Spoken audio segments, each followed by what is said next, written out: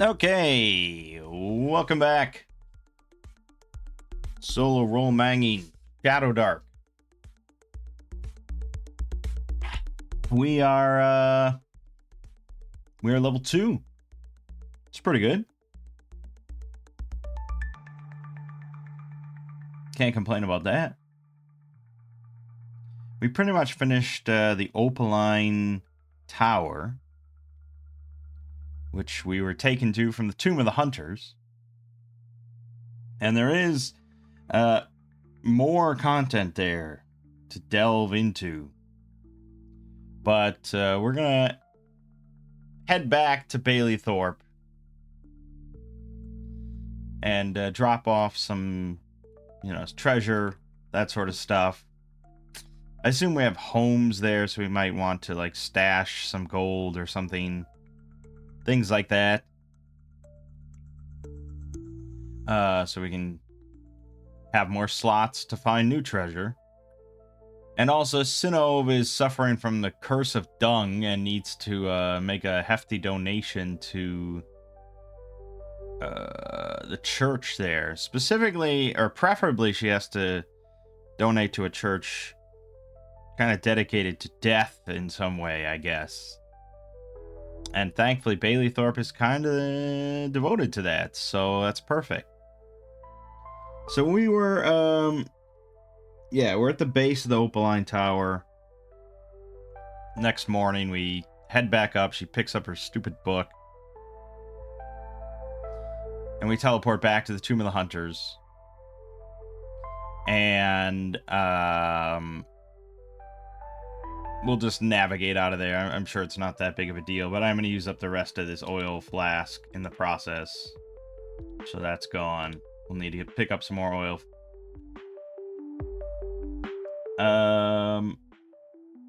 And that's that. And then now, okay, so I did a little work on our hex map. Because we had our starting area, and then now I generated that tower over here. Picked a spot. I'm like, okay, it's in the Badlands apparently. So I'm like, all right, well, I kind of feel like I have to generate that region. So I did. And, it's got Badlands. There's some mountains in there, blah, blah, blah.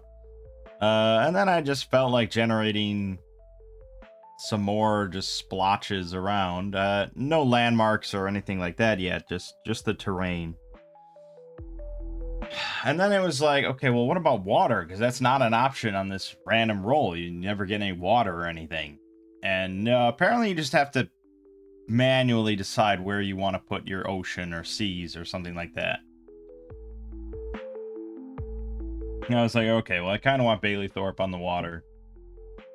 So I just started splashing down water here. And Worldographer has a coastal feature. Where if you have like a water tile and it's next to land tiles, you can press the coastal button on it and it'll kind of generate like a jagged coastline tile in between. Doesn't look very good. I mean, I'm going to be honest. Maybe it looks better if you use the isometric tiles instead of the classic tiles, but I really don't like the isometric tiles. I can show you.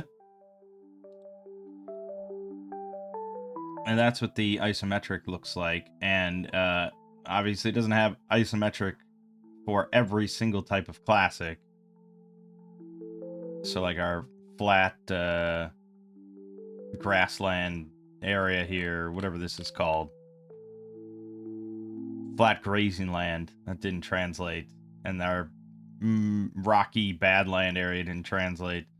But overall, it just looks harder to read and just looks worse. And I just don't care for it at all.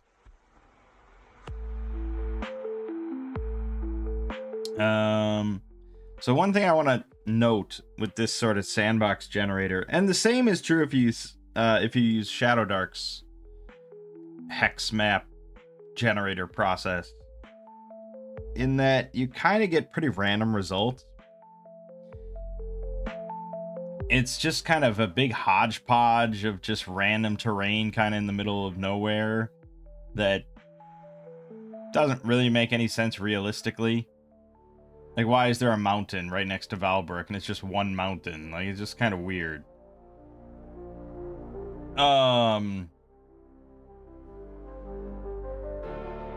Pretty weird. Because, yeah, I mean, any roll of a 10 on the D10 is a mountain. Just mountain. And I looked at, I was looking around and I saw someone had a map they generated using this method, and they converted it and made it on Incarnate, or Incarnate, or whatever.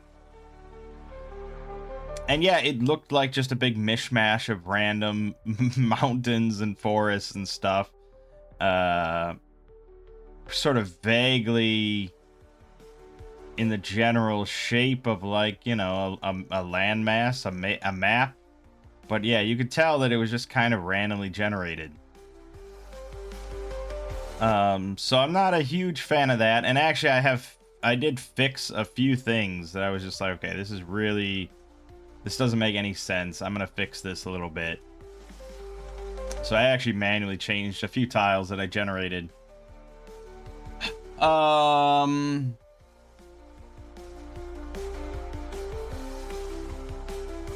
Yeah, I don't know. It's not the greatest method. And a better method, I think, would be to just generate terrain yourself. And you don't even have to do it all yourself, because, like, if you're using Worldographer, it actually has a terrain wizard. And so, hold on, let me try just generating like a little map here. So if you just generate, and you can't just do terrain wizard from like the start, it won't do anything. But if you generate, like, okay, I want this to be grassland, and I want this to all be ocean, and I want a mountain range here, you know, stuff like that. And maybe I want like a big sort of swampy area up in the corner. That'll do it, you know, and that'll expand it out and fill it out. And that was only 4 things. I mean, it was very basic. But you can just sort of paint like a general image of various terrain features that you want scattered across your whole big map. Like, okay, I want this to be this kind of region, this to be this area, this is the big forest, this, blah, blah, blah. And then Terrain Wizard will just kind of fill it all in.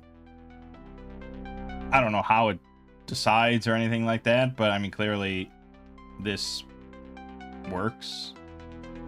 And this is much more probably realistic and uniform compared to the insane mishmash of shit that we have in our region. If you don't want to do that, then there is another... there's a digital app. There's a website called Hexcrawl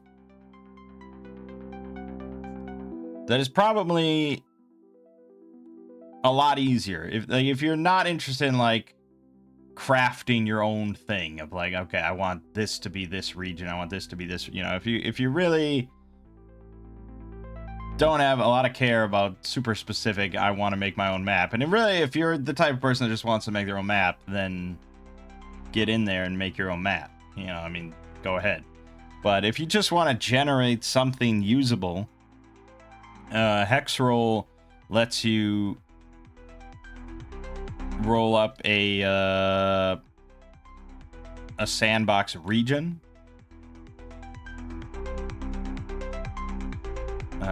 Here, hold on. Okay, so you can generate the realm type. This is pretty much like the size of the area. So if you go Empire, that's going to be the biggest. 24 to 32 regions. And you can sort of have a little determination if, yeah, how many forests you might want, or likelihood of swamps or things like that. And then it will also generate, while you're at it, it will also automatically generate all dungeons, wandering monsters, settlements, you know, factions, like all that shit.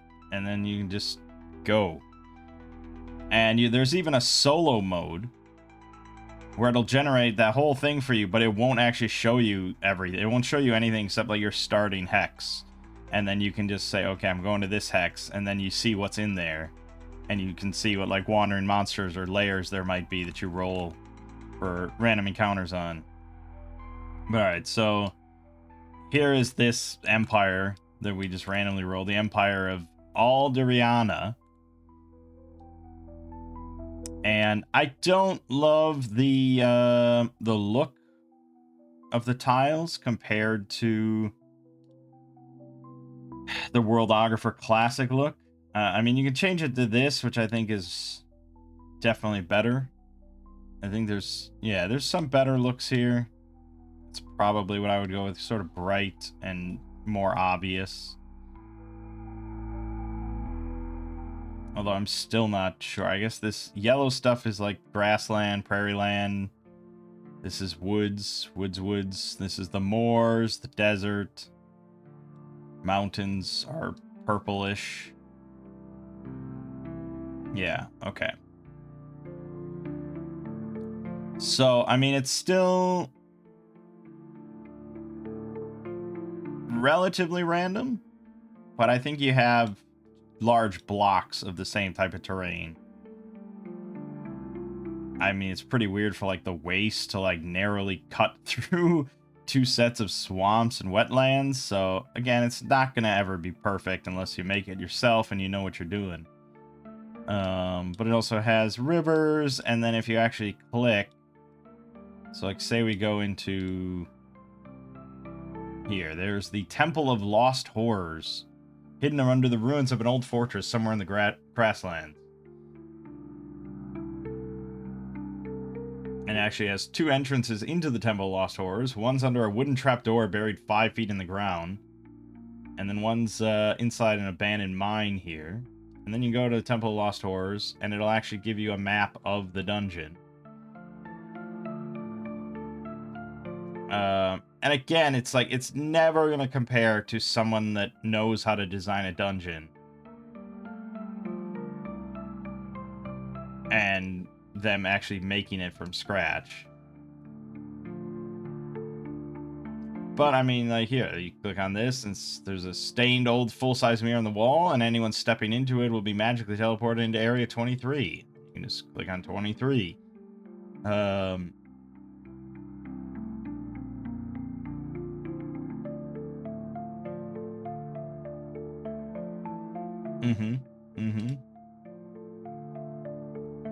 And there's, you know, descriptions. There's like traps. There's treasure. An insane amount of treasure. 8,700 gold pieces. I assume there's going to be monsters in some of these locations. There's a chained up person.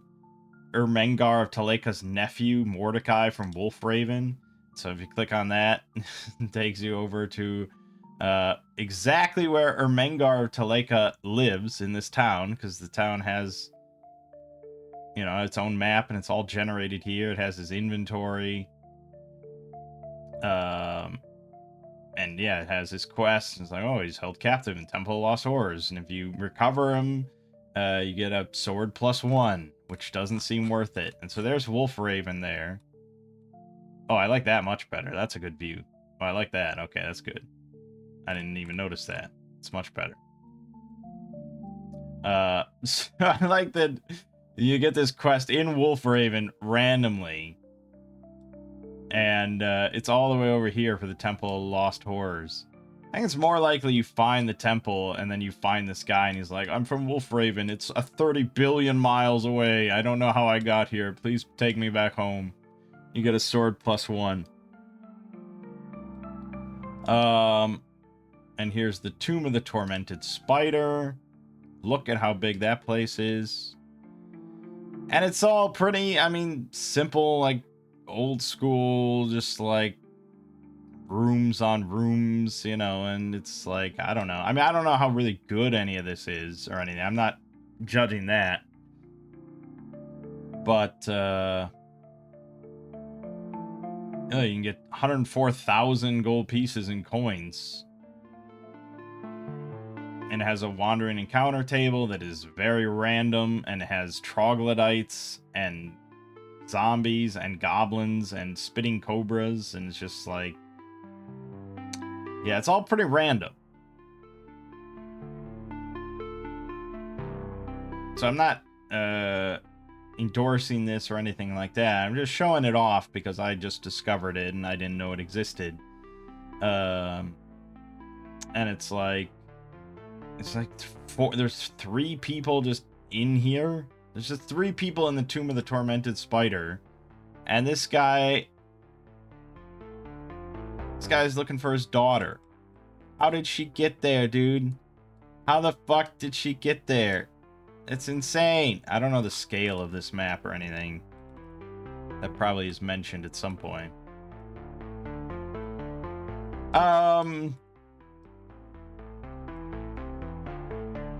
So, I mean, yeah, like I said, as usual, the map is not going to be a replacement for someone actually designing a map. The dungeons are not going to be a replacement for someone designing a dungeon.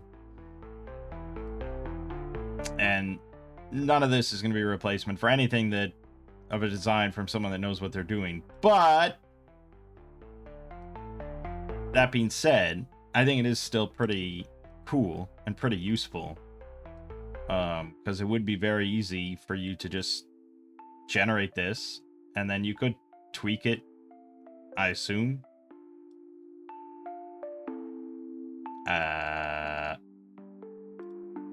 Yeah, you could tweak things. Yep. So you could re-roll this. You could roll a new settlement or dungeon there if you wanted. You could change, remove, rebuild features such as a river, trails. You could do this, which will. Whoa. Whoa, that was one button that just changed fucking everything. To just rearrange realm hex map.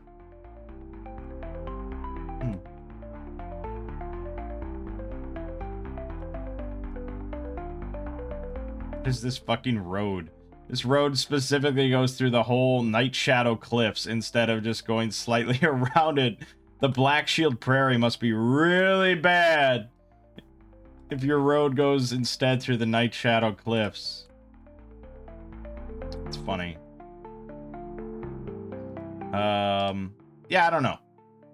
I mean, I'd have to mess around with it some more to really judge it. But it does seem pretty useful. And if you're playing solo, you know, and something, like just using the solo generator, and you can kind of just learn as you go. You know, learn the, discover the map as you explore and stuff. I think it's pretty cool. You even have a dice roller on here. It's pretty sweet. You can export this to SVG. You can package and download it. I don't know what format it's going to end up in or anything like that. I don't know if there's any way to get this into like Worldographer or anything, but yeah.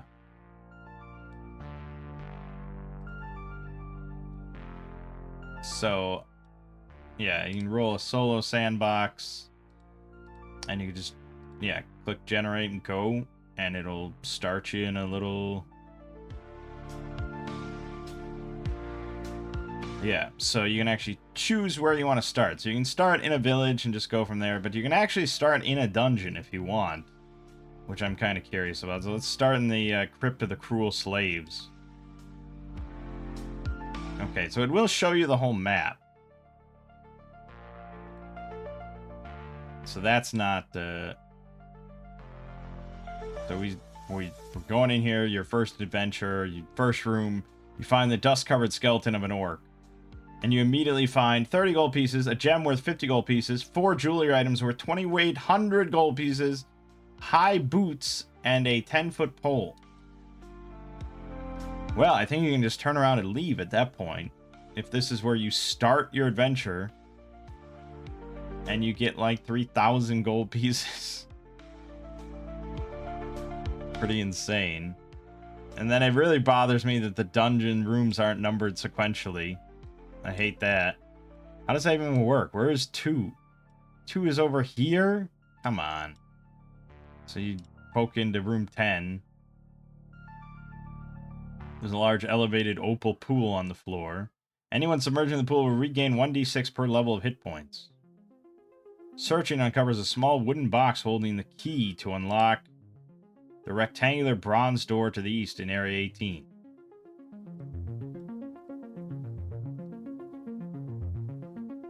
I think that's behind a spoiler, because it's like, how would you...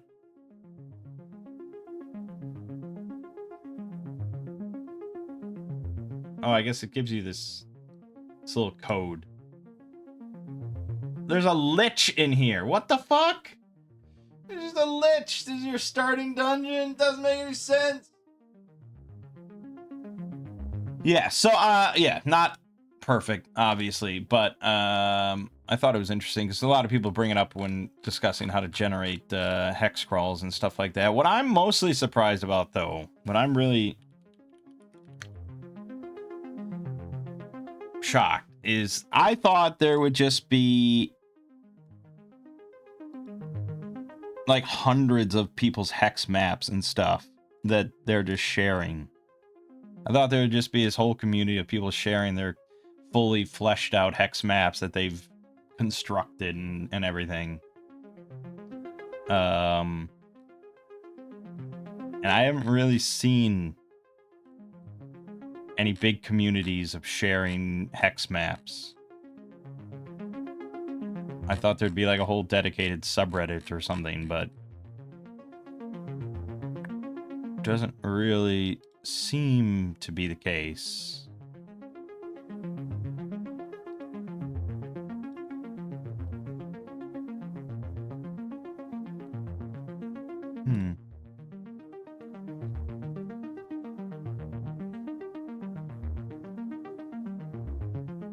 Yeah, I don't know. Maybe it still hasn't picked up that much steam. I mean, it's one of those things that's it's not really done, I guess, for like D&D 5th edition or something, or Pathfinder. I guess people don't do hex crawls because it's kind of an old concept. And it's just part of the OSR because the OSR loves old concepts. They live for them. Anyways, right. So, well, right. So we are at the Tomb of the Hunters. We're coming out and we're going to Baileythorpe. So we're just going to roll one random encounter roll of a d6. We got a 2, so we're fine. We make it to Baileythorpe. Town is still pretty depressing, but this is our home, so we're kind of used to it. I mean, this dude's name is Grim. What do you expect? And there was probably like another undead attack, like last night or something while we were gone. And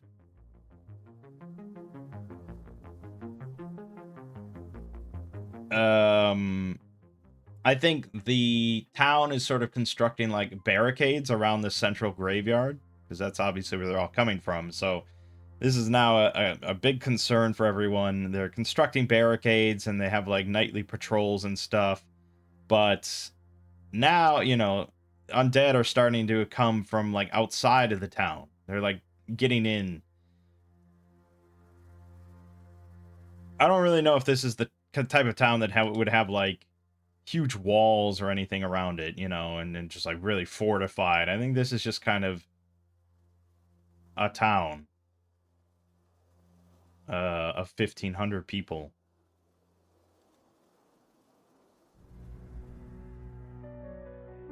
You can actually generate a town in Worldographer.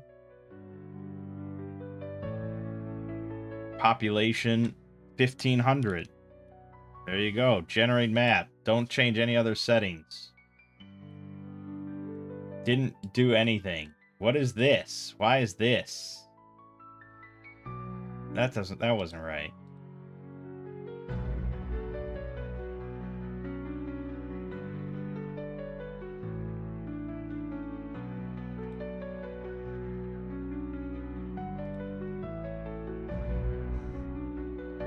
Okay. Oh, there it is.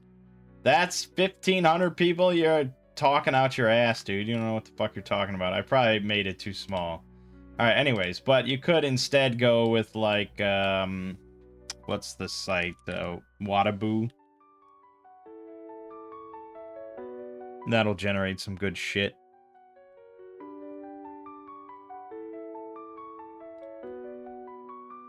Let's see here.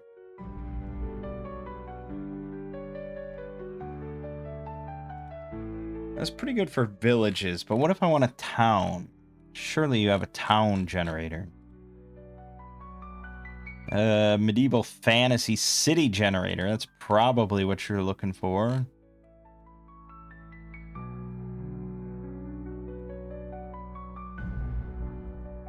Okay.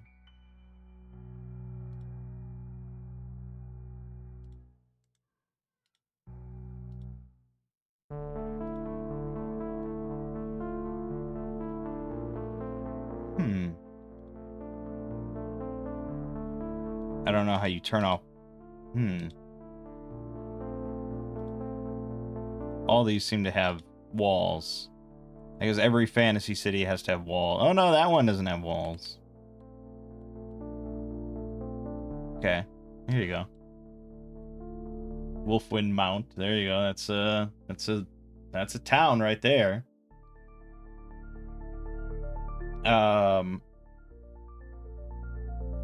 You know, and you could just keep generating. I mean, most of these are going to have walls, as I said, but not all of them. And then you could just make this like the graveyard in the center or something, and you have Ashen Cross as a district in the old city. I don't know if a town of this size can have any district called Old City. Doesn't really make any sense. And again, it's always going to be the problem with like random generation of any kind. Like until we get like just absurd AI machine learning systems in place to, you know, that can really realistically craft a place to your kind of specifications and stuff, and it all makes sense. A lot of these random generators are just going to be a little odd.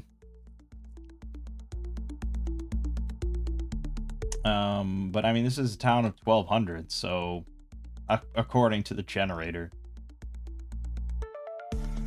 So yeah, the other one that I think gets used or mentioned quite a bit is Don John, which is pretty similar. And here, okay, I mean, well, here you go. So this is Don John. And here you can actually specify the size and if you want it to be walled or not, blah, blah, blah. You can have a river or not, so you just do that. A little bit more easy options. So if we want to make it a large town, there you go. This is approximately 3,900 population. Small town would be who knows what. Village 1,800. Okay. According to this is 1,800. 580. That's a big stretch, man. I think you're just making shit up. But anyway, that's sort of what I'm picturing is something akin to this. Like they don't have walls. Maybe they would like to get walls because it's not a pleasant region that they live in. But so far they haven't really been bothered too much. I mean, the frogmen, gnolls, and stuff, that's further to the south. They haven't really been assaulted in any way, and who knows what's up here. So, you know, they haven't really had that much issues with it. But now zombies are coming in somewhere from the west, and a few people died last night, and it's looking bad. Sinov is going to sell her tome. She's got, she's got some contacts on the down low. Some shady stuff. So she is going to collect all the gold from that. And at that point, I mean, she kind of is ready to retire, to be honest.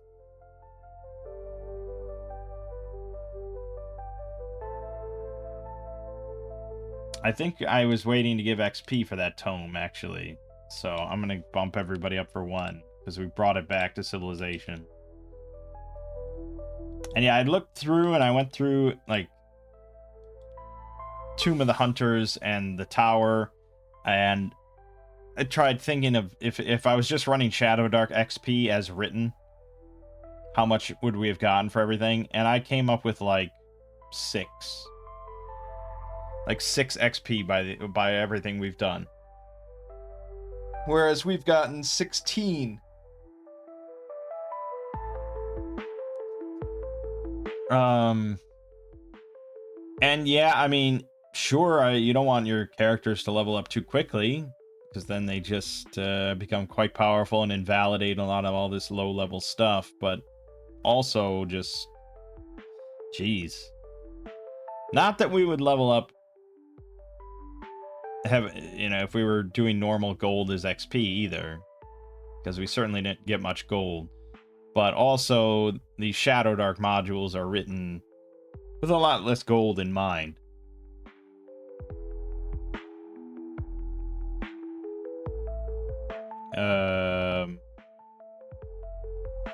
So yeah. So yeah, I think Sinov is probably going to go her own way at this point. Don't think she's really going to keep adventuring with us. And I don't really need to juggle a 5th character anyways, so we kept her alive. We saved her life. She's going to recover now, and she's got her money, so she's happy. Honestly, you could just get an XP just for saving her life, to be honest, but I think I've thrown around enough XP for now. We also got some treasure.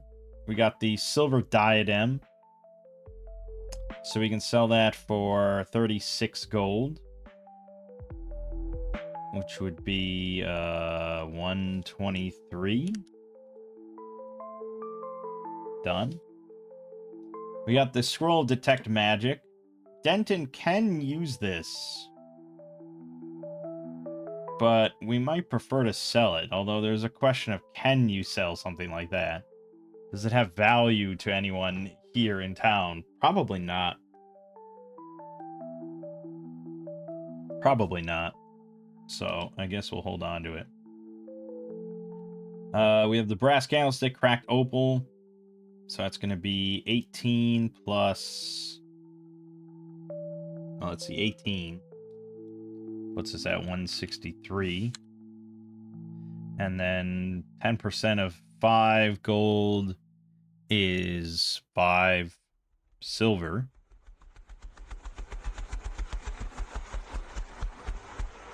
So 4 gold, 5 silver. Let's bump that up to that. Okay. Done and done.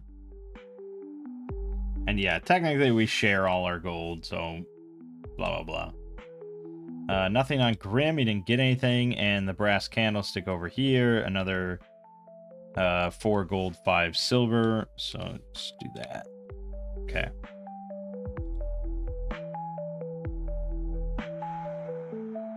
Yeah, we still, I mean, it's tough to carry a lot with the way I changed armor and stuff and added helmets. Kind of tricky.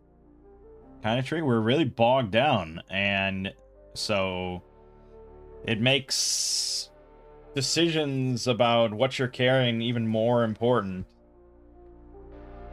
Because, like, yeah, you can wear the heaviest armor, you can wear a shield and helmet and everything and really be defensive, but you probably aren't carrying shit unless your strength is quite obscene. And unfortunately, we rolled 3d6, so my stats are not ridiculous at all. So it's definitely tough. I mean, really, for Grim, what can I strip away? He's not, like, carrying anything.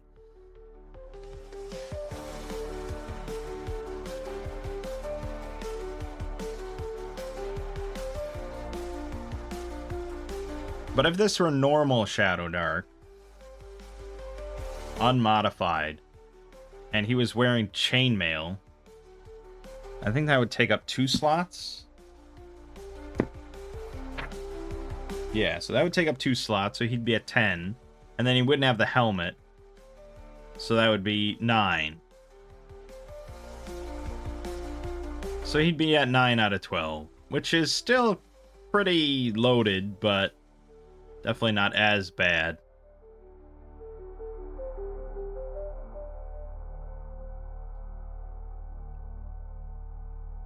But yeah, that's you know, hire a fucking porter, you know. Hire someone to carry all your shit.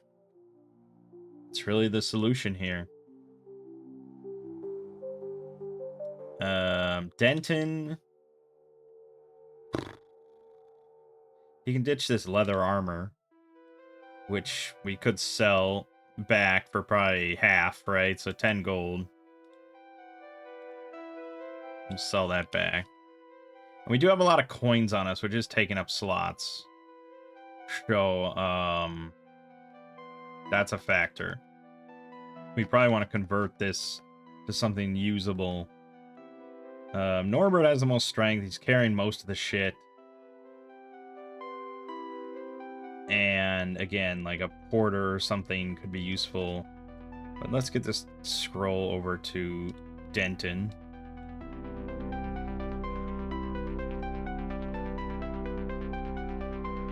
Okay.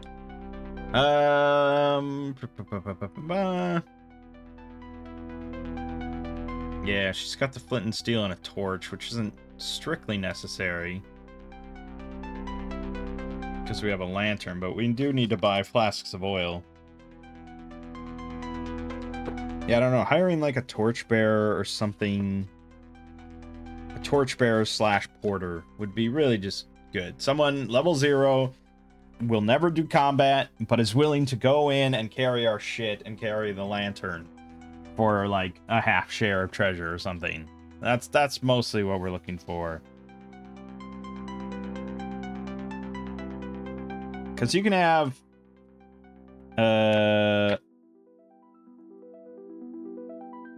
well, it depends on the hireling rules that I go with.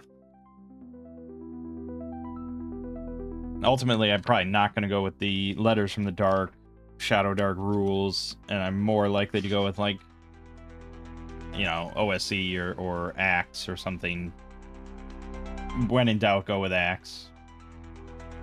So in Axe, you have henchmen, mercenaries, specialists. So this would be a henchman. They'd get a half share of treasure, and we'd have to pay them a monthly rate. And they could do combat, but I'd want the level 0, and I don't want them to do combat. They would technically get half XP as well. Okay, so it wouldn't really cost anything, and actually in Axe, it doesn't cost anything up front.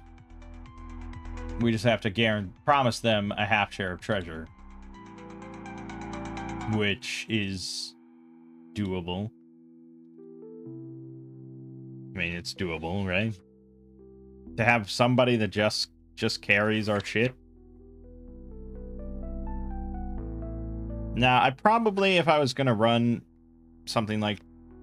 If I was going to run Shadowdark and I was going to use Axe rules generally, and people wanted to hire something like that, I don't know if I'd go through the whole complicated process, because we want to kind of keep things pretty light and moving and stuff. But I would use this as the guideline. That you gotta pay them 12 gold a month for a level 0 and half share of treasure. As for like how many you can find in a market, yeah, I mean, most times you're probably gonna look for like 1 or 2, in which case pretty much any settlement I'll just give you the 1 or 2. Like I don't care that much. If you're hiring in mass, well then we have to Then you're getting into higher level play here, most likely. So yeah, we're gonna have to look more into rules. But if you're just looking for a torchbearer, not expected to do combat, we can make that pretty easy. And in a town like Baileythorpe, actually, I'm very curious.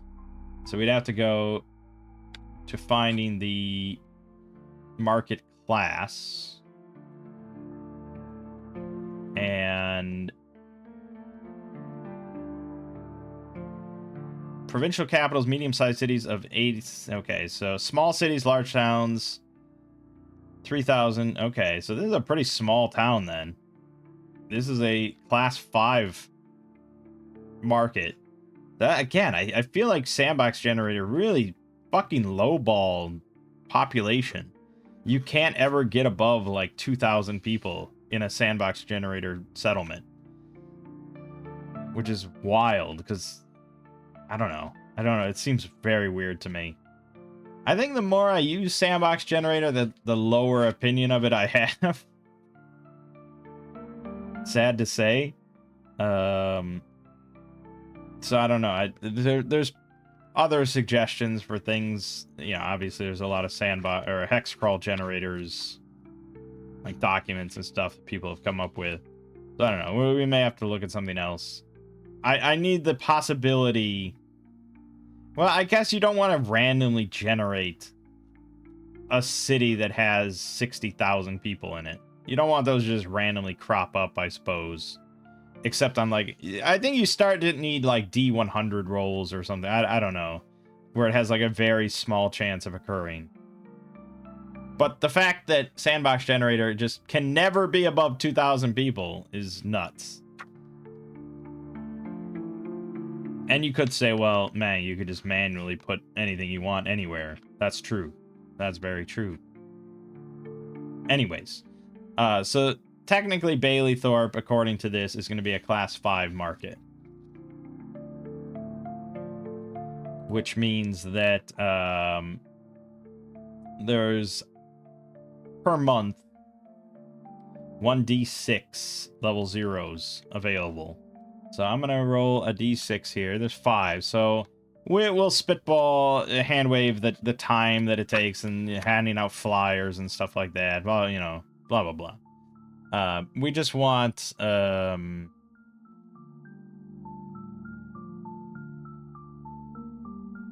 we just want some options real quick.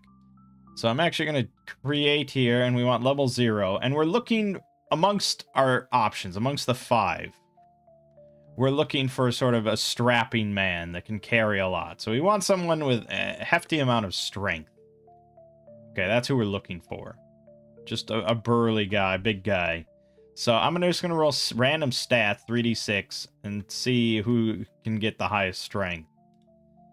So that's not a great choice. He's pretty average, and he's smelly and ugly. This guy, bit of a bookworm. But he's a little quick, not very wise, not very strong. There you go. This guy's ready to be a fucking adventurer. Holy shit. This guy's better than anybody on my team. He's going to show us up. But, you know, like I said, I'm not going to give him a weapon or anything. He's just there to carry our stuff. And he's level 0, so he's going to have, like, 2 hit points. He'll be a dwarf, even better. Perfect. He'll be a livestock farmer, and he worships, no, come on. Ord, sure. Neutral. Perfect. And his name is, Torsen. Perfect. Alright, we are hiring Torsen to be our porter / lantern bearer. He's got 3 health. He's rolling in with 13 fucking AC. What a boss. This guy's never gonna die. So we're gonna give him the lantern. We're gonna give him a lot of shit. Rope. Delete all this stuff. Anything we don't really need on our person, Torsen is carrying. Grappling hook, iron spikes. This is perfect. Clearing up Norbert's inventory massively. The crowbar you can have. We'll hold on to the scroll, detect magic.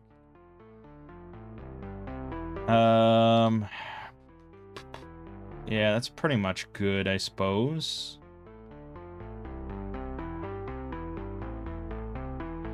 We'll keep a torch on our hand just in case we get separated or something.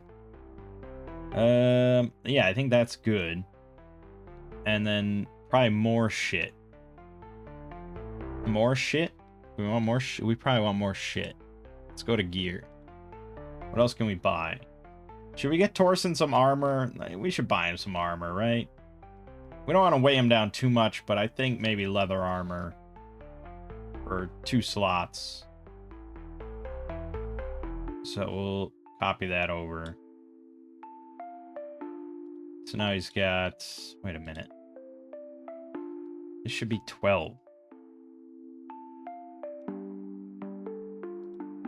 And take up 2 slots. Norbert, have you been cheating, or did I buy you padded armor? Well, no, I guess he technically hasn't been cheating. He's just been wearing padded armor instead of leather armor.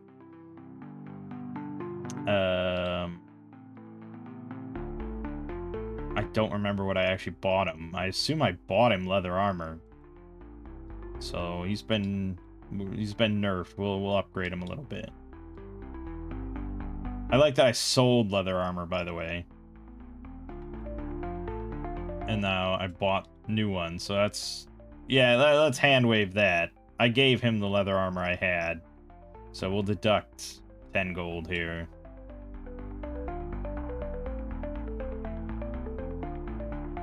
Okay, so he's got 15 AC. It's pretty good. In case he gets caught with a stray arrow or something. What else? What else do we want? I mean, I could give him a shield as well, but let's not get out of hand. He needs slots. He's got to carry this shit. Oh, he also needs a backpack, of course. That's 2 gold. We will fund your equipment. Don't worry, buddy. We're on top of this. He needs the oil flasks for sure. We'll get him 3 oil flasks.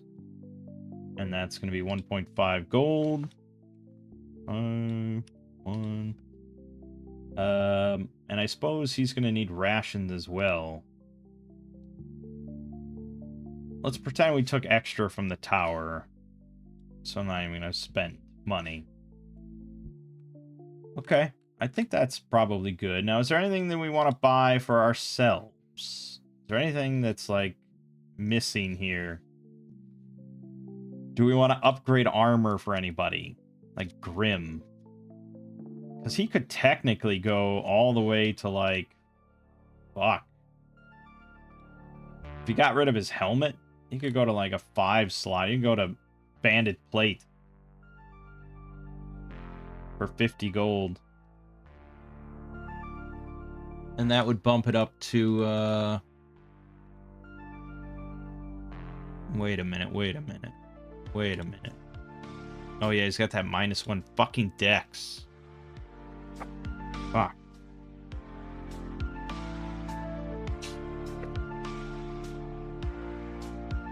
Now, plate mail in the Shadowdark book sets your AC at 15 and does not count your dex mod. So I think we're going to make that a blanket rule for all heavy armor. Which is really good, because if you have a negative dex, you're not penalized. So he would be at 15 plus 2 from the shield. So we could get his AC up to 17 if we upgrade that. And that we'd have to ditch the helmet.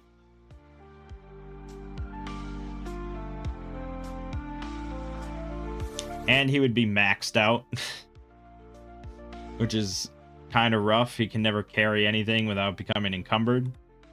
But still, the AC. Alright, let's do it. I think this is the jewel encrusted scale. So I think we can sell this.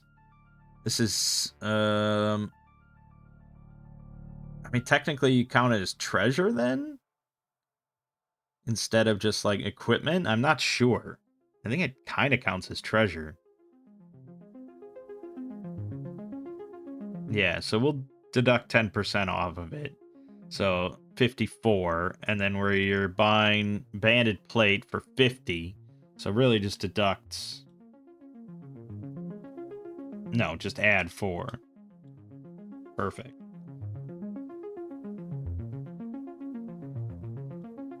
Gone.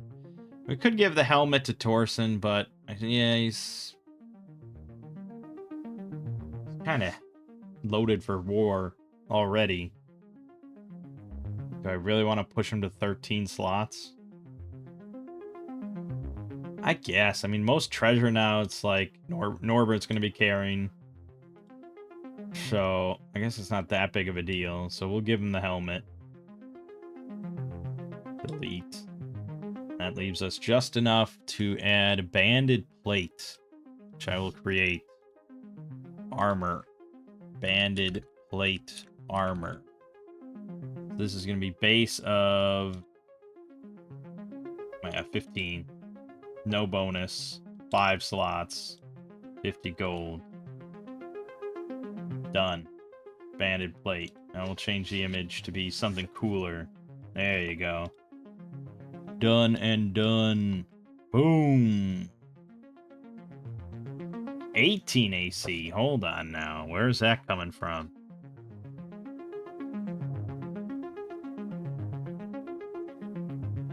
Armor class 15. Plus 2 is 17. How are you possibly getting 18?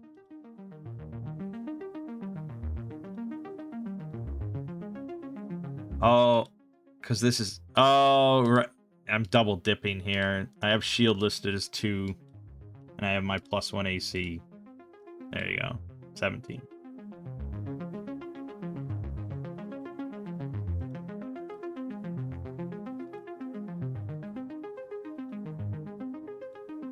Yes, that's all. That's all correct. Okay. Good.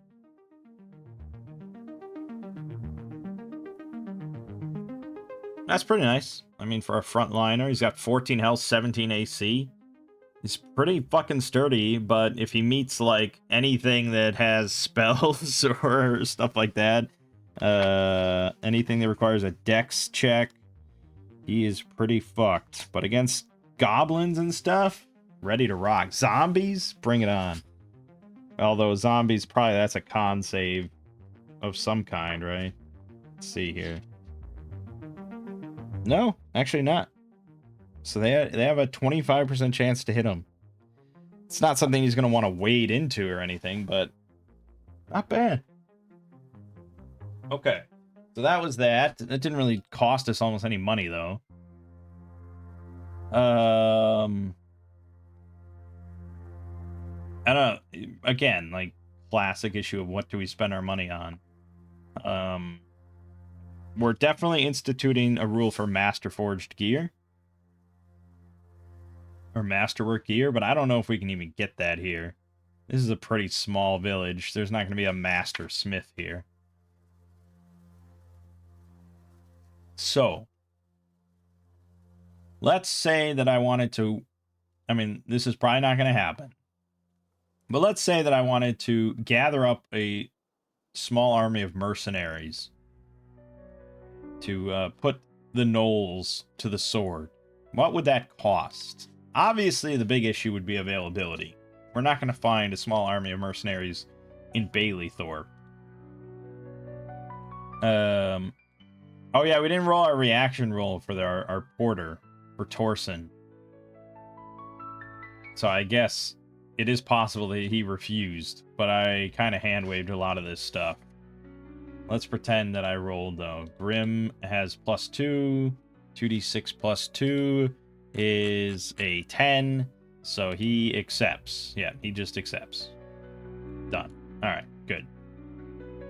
Mercenary availability by market class table. Class 5. So we could find in Baileythorpe 1d6 light infantry, 1d3 heavy infantry, 1d2 slingers, bowmen, crossbowmen, 1 composite bowman, or longbowman, 1 light cavalry, 75% chance of mounted crossbowmen, 70% of a horse archer, 70% medium cavalry, 50% heavy cavalry, 40% cataphract cavalry, 1 camel archer. Yeah, this is only if you're on a barren or desert hex. 5% of a war elephant, and 40% of a beast rider. Alright. That's all pretty good. So... and then we'd have to pay all these things. So let's say we get some average numbers here. Let's say we get 4 light infantry. What is 4 light infantry going to cost us for a month? Assuming these are all humans, that's 6 gold each per month. So 24 gold for the month.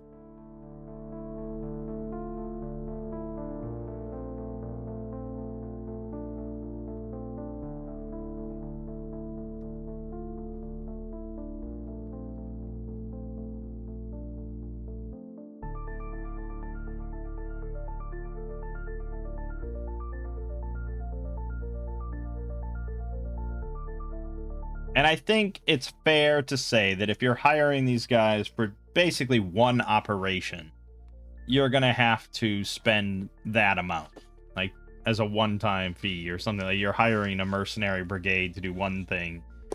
They're each going to pay him for the whole month. So 24 for the 4 light infantry, which is like nothing, you know. Let's say we get 2 heavy infantry. That's going to be another 24. Then let's say 1 each of the slinger, bowman, composite bowman.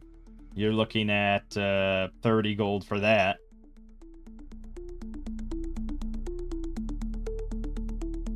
If we wanted light cavalry or something. Yeah, let's say we get a light cavalry and we happen to find a medium cavalry with them. That's another 75 gold. So already you're looking at, what, 60 plus 75?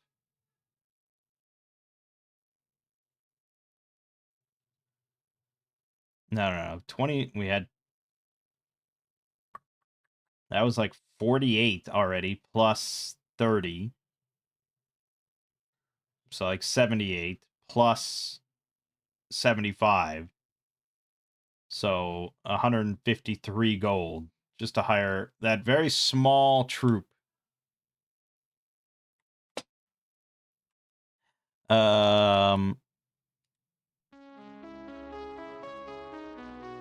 we can certainly afford that, but I don't think they could really do much. Right?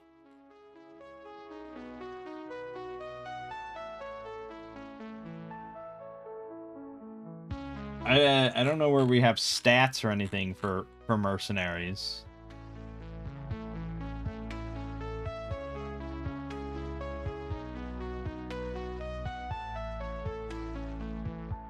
Armies and maneuvers. Yeah, you have to go in here. Army troops. Okay. Then you get into this. Blah, blah, blah. Mercenary availability by realm size.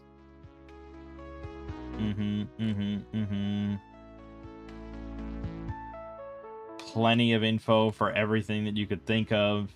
Obviously. The leader of a domain can also levy a peasant militia. Up to 2 additional peasants per 10 families can be levied into the militia. Yeah, I mean, you wouldn't really want to do that most of the time, but you could. Yeah, so there's, okay, so here you get into human troops. Okay, you have a lot of different types of light infantry, but light infantry is the standard. They get 3 javelins, a short sword, shield, and leather armor. So they have an AC of 13. They're going to have an average of 4 HP. And they do damage by weapon. So they're probably doing like D6 damage or so.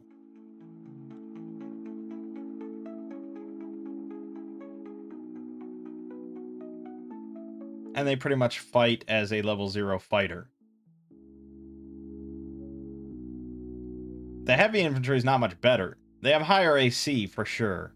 Heavy infantry A is rocking a 16 AC, but they still only have 4 health, and are still only doing attacks as a level 0 fighter and saving as a level 0 fighter. So, not super hot. The various archers, also 4 HP, pretty much the same thing, they just have a ranged attack. The light cavalry,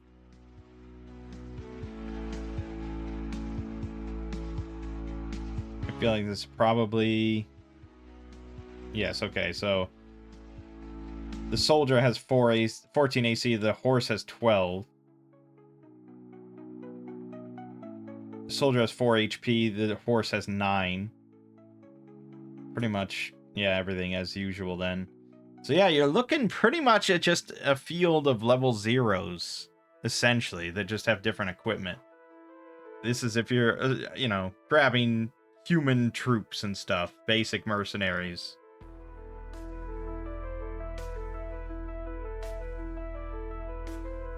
And all of them are fighter 0s. Unless you go into veterans, then they become fighter 1s. But obviously you're paying a lot more.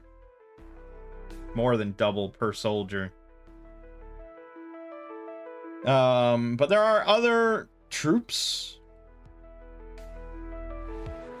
You know, if we could somehow convince the frogmen to actually go to war against the gnolls, we could count them as like lizard men or something. Although I don't know if they'd have that much health, but maybe. There isn't a frogman in this book. I don't think so. No, we never found stats for like an OSR frogman. Unfortunately. That's why we had to use lizard men.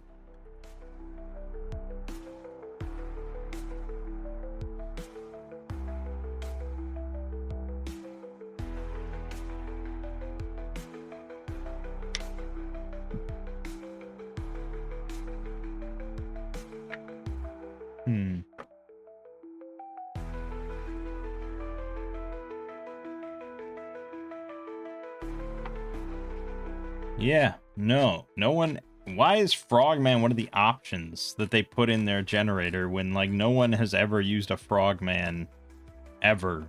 I know it's definitely shows up in, like, more modern games. Like, 13th Age, I know there's a Frogman.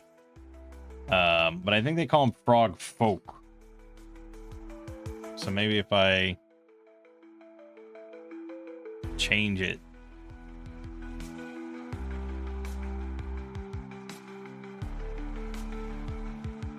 Nope. Can't find any frog folk.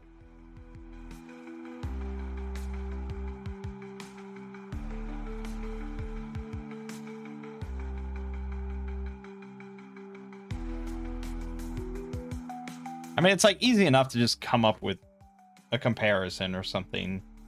I think these guys are probably meant to be more in line with a goblin than like a lizard man, as far as like they're kind of meant to be small, kind of weak, but they have larger numbers and are a bit more clever than like a gnoll or something. So if we go for goblin stats for our frog folk, their light infantry will have 13 AC, 4 HP, and pretty much damaged by weapons. So honestly, basically right in line with a human light infantry. Pretty much exactly the same, except they move slower. And that's kind of it. Although I don't know what save NM means.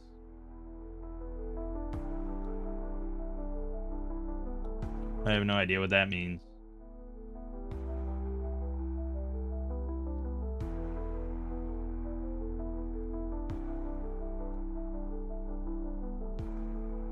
Their battle rating, which measures their troops' value on the battlefield, is half that of a human light infantry for reasons that I'm not quite sure about. I guess their movement rate is the really shitty thing. That's really the only major difference I see. Their wage is half. So you could afford twice as many goblins or frog folk than humans, and they can still have pretty similar killing potential. We'd have to go into the whole rules for, like, actual mass combat and stuff like that to really properly adjudicate it all. But essentially, I would say... I mean, let's see.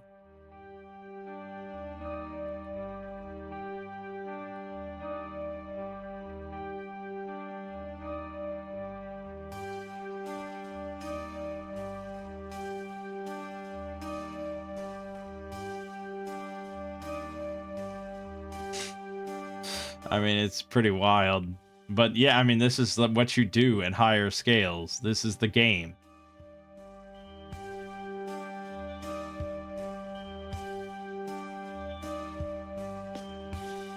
And you go, like, phase by phase through the battle. First zone, missile phase. Heroic PCs and NPCs in the zone can now make heroic forays at missile range to influence the battle rating in favor of one army or the other.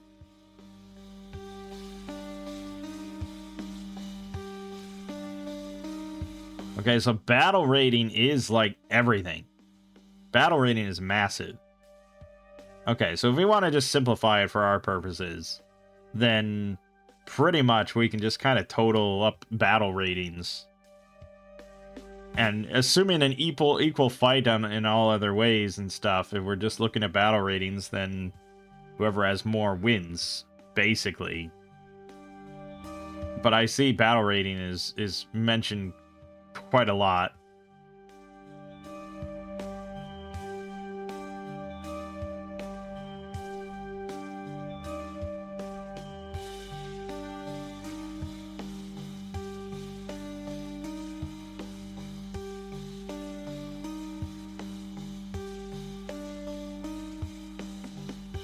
When you determine hit, each army leader simultaneously rolls a number of attack throws equal to the battle rating of the non-missile unit that remains in the zone. Target value for the attack throw is 16 plus, modified by the attack throw modifiers listed below. Such as if commander or lieutenant is personally leading the unit is facing a broken zone, opposing army is surprised, or opposing army occupies advantageous terrain. Okay, so you add up the whole battle rating of all units in the zone, and that might be like, what, 2 dice or 3 dice or something? For each successful attack throw, 1 hit is scored. Each army leader tallies the hits scored against his army. Each army leader then removes units from the first zone with a combined battle rating equal to or greater than the total hits scored against his army. Interesting.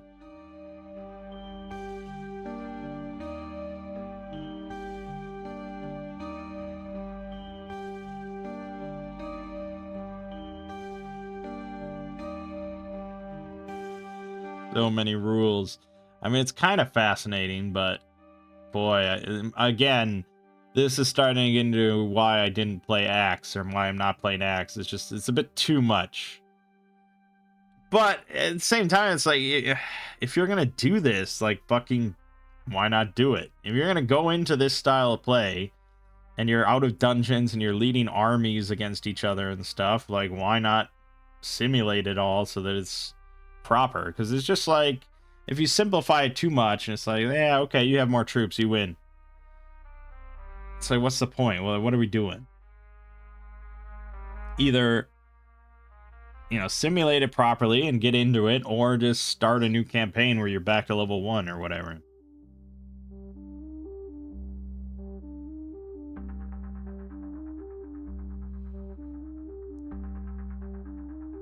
Alright.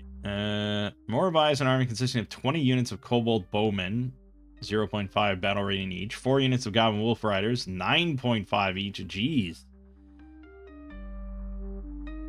Okay, yeah. You can see, like, Cataphract Cavalry have a 7.5 battle rating each.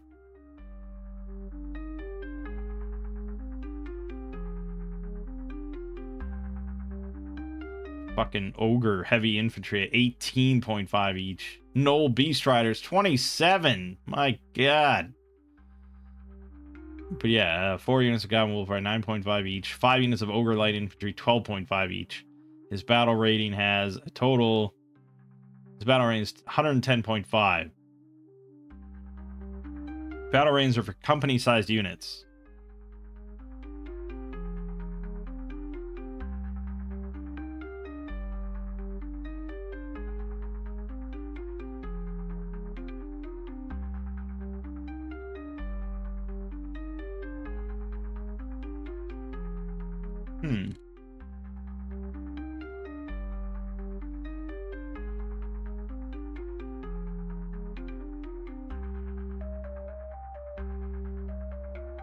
Well, I certainly feel like there's meant to be a division here of some kind, because you're not rolling 110 dice. So I'm not quite...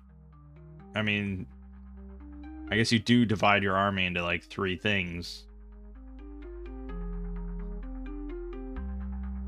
Each army must assign commanders to the command of its right, center, and left zones. If the army has fewer than 3 commanders, 1 or more commanders must command 2 or 3 zones, blah, blah, blah. Each commander can deploy some or all of his troops in the zone he commands, up to a maximum number of units equal to his leadership ability. And then you do first zone, second zone, third zone. Yes, okay. So you're doing it by zone. And that's just, this is how all battles are pretty much done. Like all standard battles, but in an ambush, envelopment, deep envelopment, and rearguard envelopment, surprise side deploys first publicly and then the opponent deploys. I mean, yeah, it's like if you've ever played a war game, I guess you're basically just running a war game. But the exciting thing is it's like you're kind of in control of every part of it, from the hiring beforehand and the recruiting and the arming and the training and, you know, all that sort of stuff. Yeah, that's domain play, I suppose.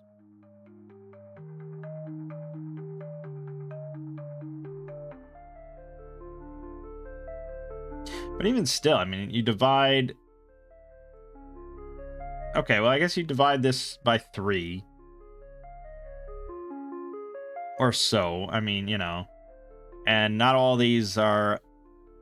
the Wolf Riders, Ogre Light Infantry, those are melee. And then the Bowmen are missiles. So that's 2 separate phases. So, I mean, let's say you'd have 8 Bowmen, and then 4 Bowmen. You know, or something, you know, I don't know, something like that. Or 6, 6, and 8. So then those are each 0.5 battle rating. So your 8 bowmen are actually 4. So really you'd just be rolling 4 attack throws for like that zone's missile phase, which is pretty manageable. And then you remove units with a combined battle rating equal to or greater than the total hits scored against his enemy.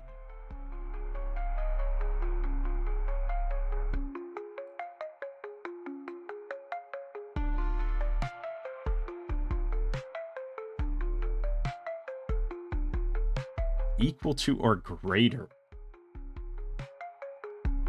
So say our enemy scored 3 hits. I guess, yeah, you'd have to remove like 6 of your bowmen or something like that. But then, yeah, like if all you have in the zone to be targeted is your ogre heavy infantry and they score 1 hit, you have to remove a whole ogre infantry? I suppose so. It's pretty rough. Okay. I mean, I sort of understand the gist of some things there. So how does that help us? Well, basically then every human soldier that we would hire is basically worth like 2 frog folk if we wanted to go to war with the frog folk. Whereas gnolls are tougher.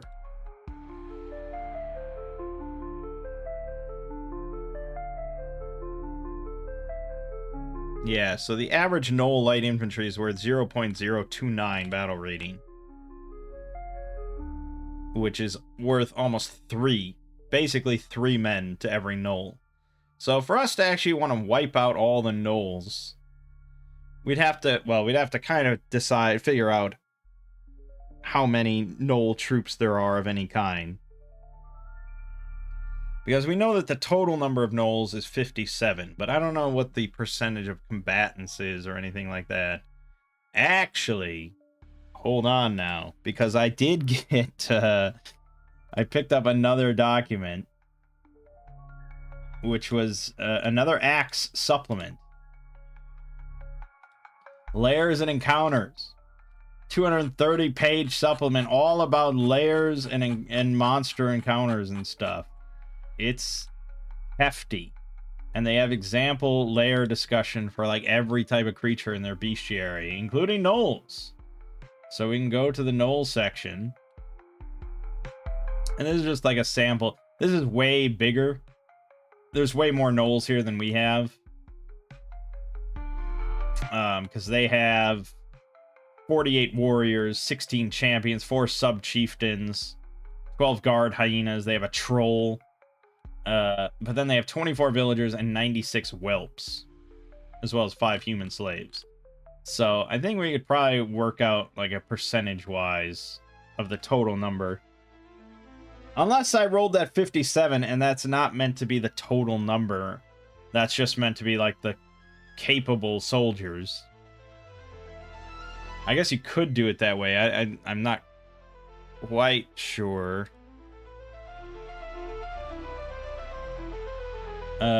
If we interpret that as the total number of all gnolls involved, let's see. This lair has 120 non-combatants, essentially. I mean, they're villagers, but they still have 13 AC, 5 hit points, and can attack, you know, and deal damage with a weapon. Whereas the whelps are really just like nothing. The villagers give XP, so it's kind of hard to say. But if we don't count the villagers, they have 120 non-combatants and a total of 68, like 70 combatants, not counting the hyenas. So a bit over half, like 60%, are combatants. Which for our purposes, if we say 57 is the total, we'd probably say like maybe 40. No, it's got to be, yeah, maybe 40. It's probably fair. So 40 gnolls. We want to go with that. And we'd say that they maybe have like 20 light infantry, like 12 longbowmen,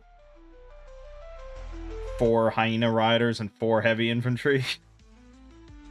It's maybe a relatively fair balance. And then you tally up all their battle ratings. I mean, I guess I could, if I really wanted to think about this and calculate it. Let's see. Let's just count heavy and light infantry. So 0.029 times 20 is 0.58 battle rating, which is pretty low, really. They're not even gonna get like a dice throw here, unless you round up.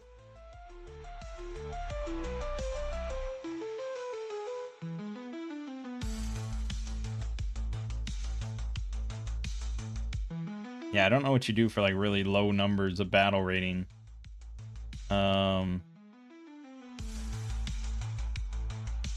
So 0.58, and then the longbowmen are, whoops, 51 times 12.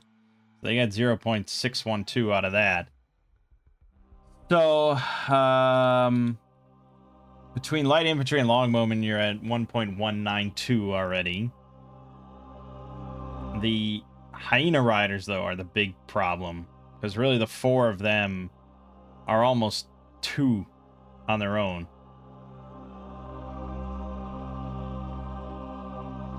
And with the heavy infantry as well, I think, yeah, you'd probably get 2. So maybe the whole army there would have 3 battle rating. Let's round it out to that. So what would I have to hire then to get to 3 battle rating? Quite a bit. Quite a bit.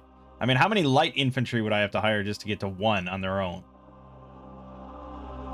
They're at 0.010. If I have 100 of them, that's 1. So I'd have to get 100 light infantry to get to 1. And I think you'd probably want that kind of number just for your light infantry. So then, oh boy, like, oh boy. Where am I going to get 100 light infantry?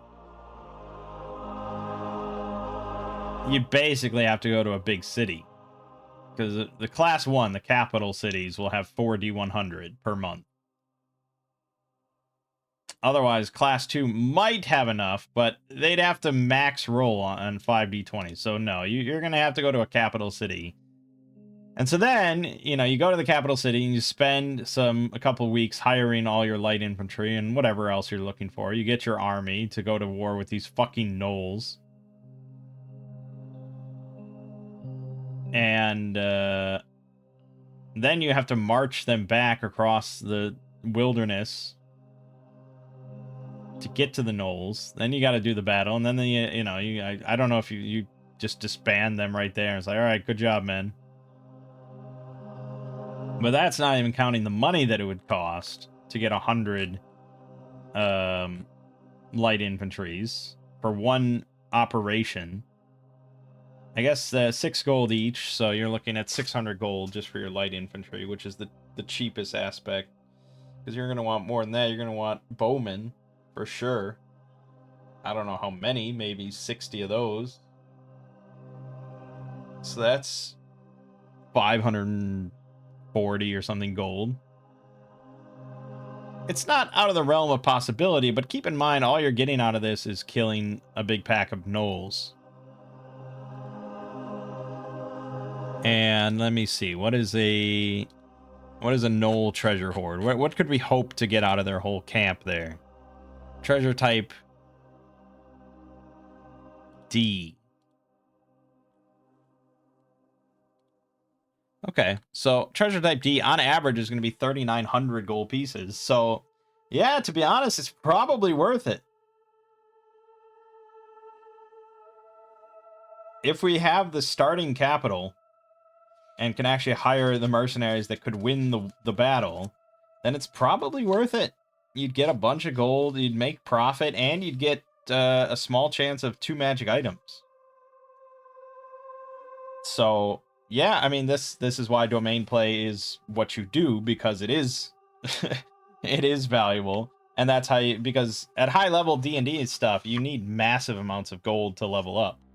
And this is how you do it. You're not going into dungeons and finding, 100,000 gold or something. You're wiping out entire swaths of monsters in their lairs. You're fighting dragons and getting their entire hordes and all that sort of stuff. What does that all mean for us? I don't know, but it was fascinating. Bottom line, I don't think we can hire a mercenary troop to wipe out the gnolls. We don't even know where a capital city is, so that would be something we'd want to figure out, how far away it is, and everything like that. But yeah, I mean, that's basically what you'd have to do, right? You either have to hire a mercenary troop or start building your own domain here, and attracting peasants, attracting soldiers, training them up, arming them, and everything, and then you have like a standing army of your own that you can do all sorts of stuff with. And then you slowly start to expand outwards and clear out monster lairs and dungeons and stuff, so your domain is safe and you have armies on patrol and stuff to keep it safe, so on and so forth. That's domain play. We're kind of, I'm just like, dreamily looking into the future, because really there's no point in level 2 characters doing any of that stuff. It's way above our pay grade. But not massively so, because this gnoll lair is relatively small, so I think it's possible. I'd have to really go through the rules here to see how I mean, maybe I'm oversimplifying what it would take to wipe out the null layer. But, you know, level 2 characters otherwise, or even level 5 characters, you would not be able to take out the null layer. Unless you have a DM that really just, like, casualizes the whole thing. I mean, if you're going to really run that as a null layer with 57 nulls, it's not going to be easy. If we go to Shadowdark null stats, they have 12 AC, 10 HP, plus 1 attack for 1d6 damage, or longbow, 1d8 damage. They're level 2, and once per day, they can do plus 1d4 damage for 3 rounds. So assume they are all going to rage in combat right away. I mean, that is rough. And, like, yeah, maybe you can kind of hang around in the area and maybe try and pick off some gnolls in small packs, but a patrol of gnolls, I think we determined, is quite a bit.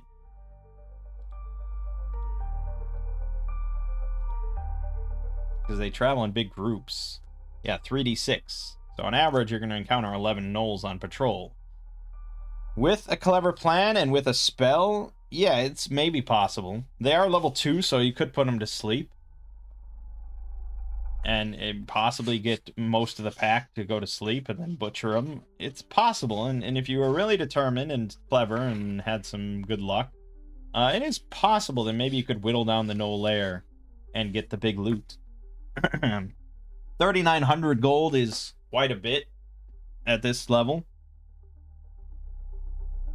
In normal BX terms or something like that, it's not really that massive amount at level 1. It's not enough to even level your party up to level 2. Which really is just mind-boggling to me. I can't really wrap my head around how much gold is involved in, like, one of those types of games. Like, if we look at Incandescent Grottos, this is designed for OSE.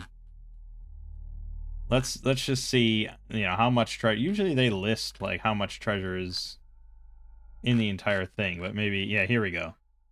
So total monetary treasure for the entire Incandescent Grottos is just about 16,000 gold on the first level and 27,000 on the second level. Because you're picking up, look at that, you're picking up 15,000 gold just in the last room. And there's loads of little treasure items, diamonds and stuff, chalices worth 1,000 gold each. Now, you'll never go through a dungeon like this and actually get all this treasure. Even if you clear it out, you won't find every last piece of treasure unless you just say, like, hey, we're going to spend the next, like, 2 months going through this place with a fine-tooth comb and we want to find every last bit of treasure and we've cleared out the whole place. It's like, okay, maybe I'd allow that, I guess. But yeah, so if you get every last bit of treasure, you're looking at, like, 43,000 or something. Quite a bit. That is certainly quite a bit. And that's enough to get your whole party to, let's see here. To get to level 2, your party needs a 4-person party, let's say. Needs 8,000. If you're all, like, fighters, let's say. And then for everyone to get to level 3 after that, I guess you just need another 2,000, so another 8,000. So that would be, you'd be definitely level 3. Then after that, it's another 4,000, so 16,000. So you'd just be about level 4. Your whole party would be level 4. From clearing out one dungeon to completion. Which, again, is not really going to happen. But, yeah, there you go. You'd be all level 4 by the end of that. So clearing out one null layer and getting 3,900 gold pieces on average is not really that insane.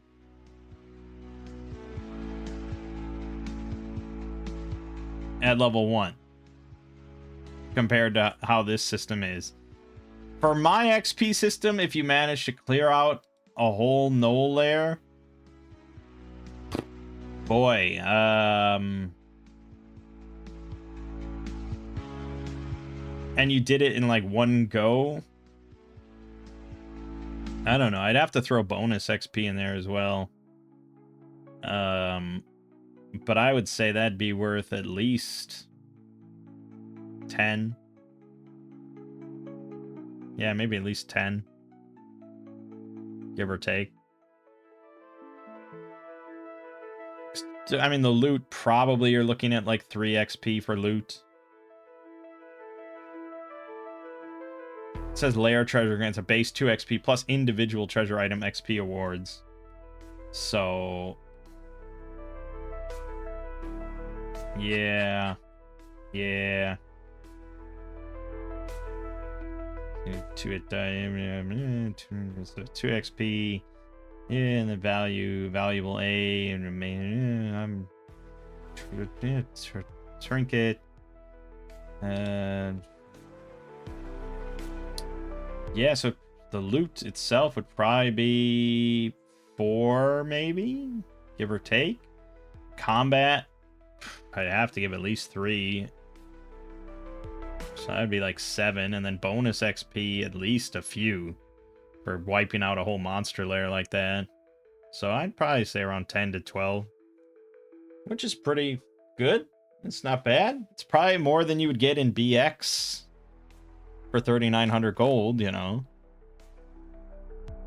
Anyways, what are we even talking about? We're going on just like these insane tangents of clearing out a null lair. The point is, I guess it's theoretically possible for us to do so, but is it the best thing that we could do? Probably not. I just kind of wanted to think about it, of what it would take for us to hire a mercenary army or something to wipe out the gnolls. And bottom line is just Bailey Thorpe is not large enough to support that. So yeah, I mean, the zombies are maybe a different discussion, because that is a very personal, I mean, that is a direct threat to Bailey Thorpe, the necromancer and the zombies. So in that case, maybe we could convince the mayor or whatever of Bailey Thorpe to try and levy a peasant militia or something, and levy his whatever he's got, soldiers and blah blah blah. But I can't imagine he has a whole lot. It's a town of 1,500. You know, there's not going to be a whole lot of men here capable of fighting. But yeah, we'd have to. So let's see, what is the average peasant family? That they had that information somewhere.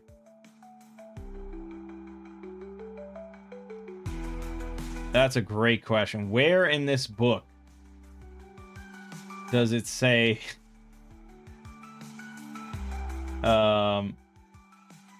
here, followers and stuff? I think attracting peasants and stuff. That's yeah, 5. So each peasant family has an average of 5. Okay, and then the peasant militia. Yeah, that was somewhere in here.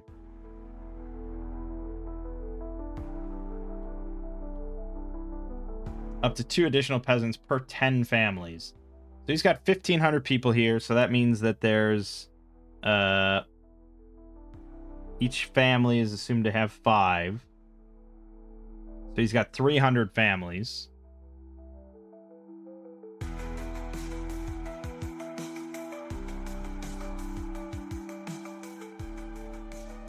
Because this is about conscripting peasants into his army permanently.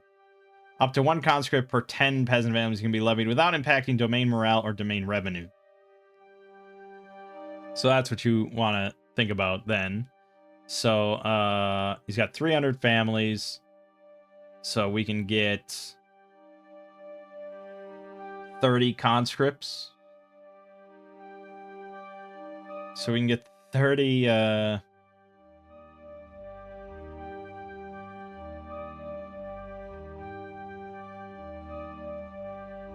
Yeah, he can do that, but they're not trained or anything.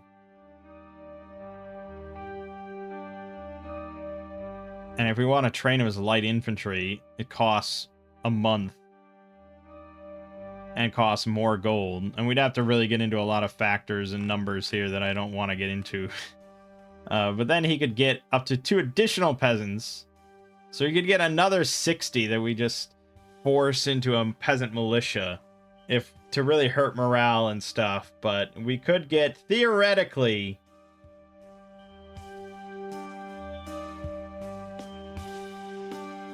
90 peasants.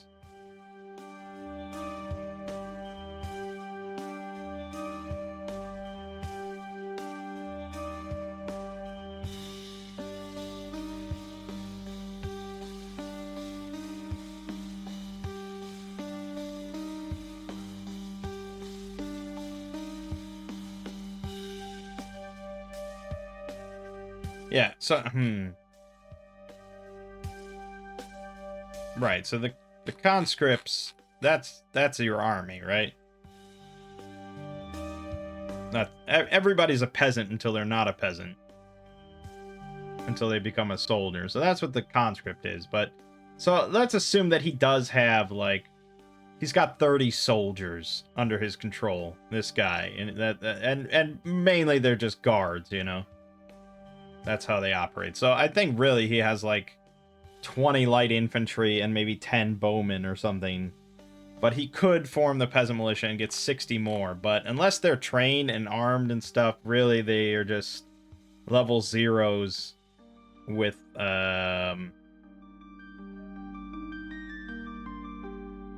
morale of -2. And they have like clubs and daggers and stuff.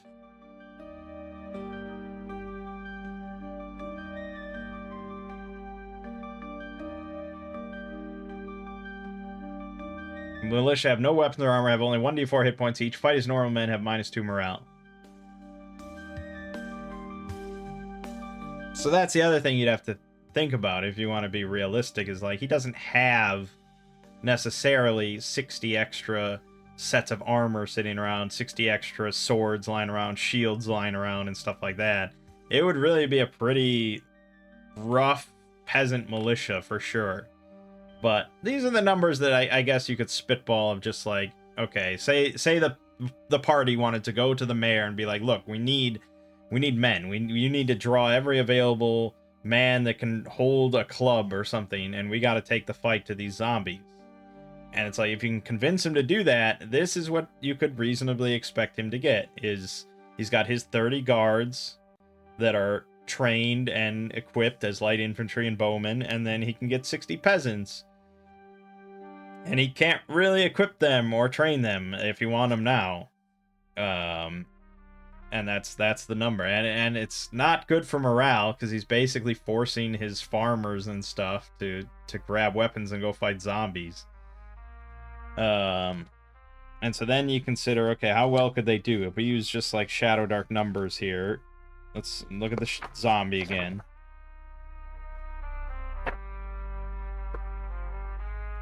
They have 11 HP, 8 AC. So, fortunately, really low AC. So it's relatively, they you know, like a 60% chance or something like that of them hitting. I guess higher if they have 10 and everything. If I'm picturing just the perfect average peasant, and they have a +0 to attack, that means that they will hit on a 8 or higher, which is pretty good. But yeah, it's like 60% or something. But then damage-wise, it's not going to be so hot, because they're armed with, like, improvised weapons and daggers and, you know, pitchforks or something. You're looking at D4, D6. So, on average, it's probably going to be 3 hits to actually take down a zombie. And then you consider zombies here have Relentless, where if they go down to 0 from a non-magical source, they get a DC 15 con check to go to 1 HP instead. So, on average, you know, like 30% of them will have to take 4 hits instead of 3. And each zombie is swinging with +2. These are unarmored peasants at AC 10. That means that the zombies are going to be hitting like 60% of the time. And on average, killing pretty much on every hit. So it's going to be messy. And there's 71 zombies.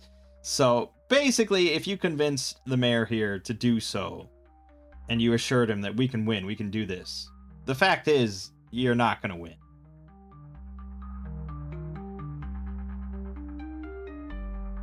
"60 peasants and 30 troops are not going to beat 71 zombies. Sorry to say. And morale is going to break, like, practically instantly. Whereas the zombies will never break morale. So, sad to say that I don't think the party's going to be able to rely on peasants to wipe out the zombie threat. Not without something, and this is assuming that you march the peasants out into the marsh there to take out the zombies. But if you do more like a siege type of thing, even though we don't have walls, or you do some sort of plan, then maybe numbers can be swayed a little bit better. But yeah, if you're just going to march your little army out there, you're going to get slaughtered. It's going to be a bloodbath. So I don't know if I'd ever end up using Axe to like its full degree for all the numbers and battle and everything, but I can't lie that if you're going to be doing anything like that, it's pretty handy just to have like some sort of realistic numbers in mind rather than just spitballing everything. It is really nice. So yeah, Axe is just like never going to leave my head as long as I'm doing D&D stuff. Alright, that's all that discussion. Needless to say, the zombies are a threat, obviously. We're in town, and it's like, oh shit, you know, it's clearly getting worse. We should probably do something about this, but what are we going to do? March out into the marsh and start killing zombies? You could. You certainly could. If we have just, like, random encounters with zombies, we could slowly whittle down their number and put them to the sword. But a random encounter with a zombie is going to be 4d6 in the wilderness. So that's going to be an average of 14 zombies. Can we handle 14 zombies? In a straight up fight? No. Definitely not. With turn undead? Maybe. Possibly.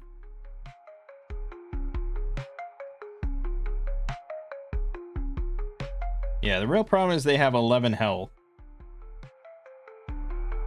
And I don't know if we could put them to sleep. You wouldn't think so. Because sleep... Yeah, living creatures only. Okay. So, can't put them to sleep. We'd have to turn undead, and that entirely depends on how good our roll is. But on average, it's going to take Grim, like, 2 hits, hopefully, to put down a zombie, and then they might get the con save to come back up once. So 14 zombies is just... And they're slow, but they're not that slow. They have the same movement rate as... They have near movement, so that's the same as us. So you'd have to come up with something more clever than that. If we want to buy, like, fire pots or something, you know, things that we could throw to, like, do AoE damage could work. We could hire just a handful, maybe, of, like, bowmen to come with us. That would even the odds a little bit for random patrols. If I could just make sure that we are launching, like, 4 extra arrows every round, that would be kind of significant. Although, firing into melee is rough, because that's a lot of chances for a 1. And a 1 is probably going to be a hit on one of us, so risky. But if they are off to the side, you know, I'm picturing some Total War shenanigans here. They're off to the side and just firing perpendicularly into the zombies from the flanks. I mean, you know, there's decent odds of that helping out.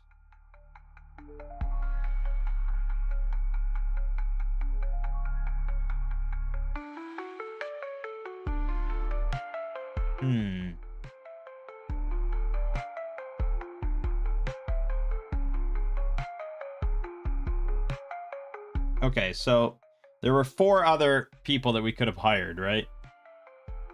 Say we hire all of them as henchmen. And we pay them, like, soldier wages to go into battle here to assist us with archery. So say we pay them bowmen wages, which, we'll have to equip them as well.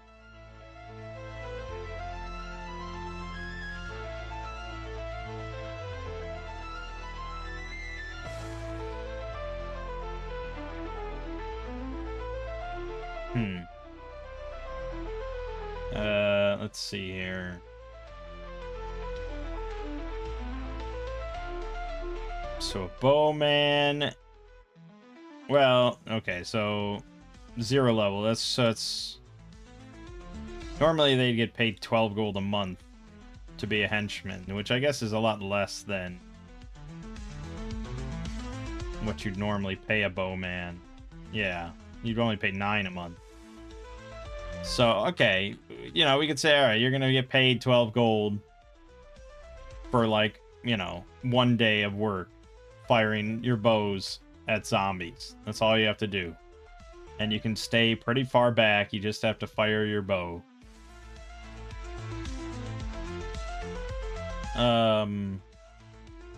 We could definitely afford that, right? Because that would be for 4 of them, 48 gold. We could afford that pretty easily. And that would kind of swing the tide a little bit, I think. On average, they hit, let's say, just, yeah, 50, 60% of the time. So, likely 2 hits per round from them, dealing 1d4, I think, because they'll have short bows.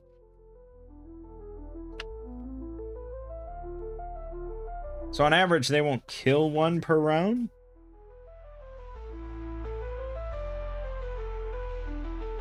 So, yeah, it's not going to make a huge difference with only 4 level 0s. You'd really want, like, 8 of them.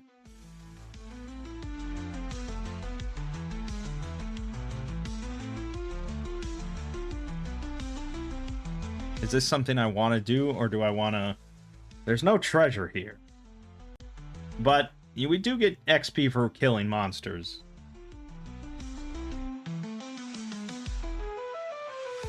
It'd probably be, you know, a decent little amount of XP if we wanted to wipe out all the zombies. Still leaves the Necromancer, though. So we'd still have to storm the fort, where he probably has, like, his building... This is just, like, his perimeter defense out here in the marsh, and what he kind of uses to launch attacks into town.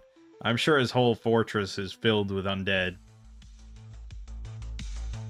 So really, we just put, like, a little dent in his plan, and maybe slow down a couple attacks on the town.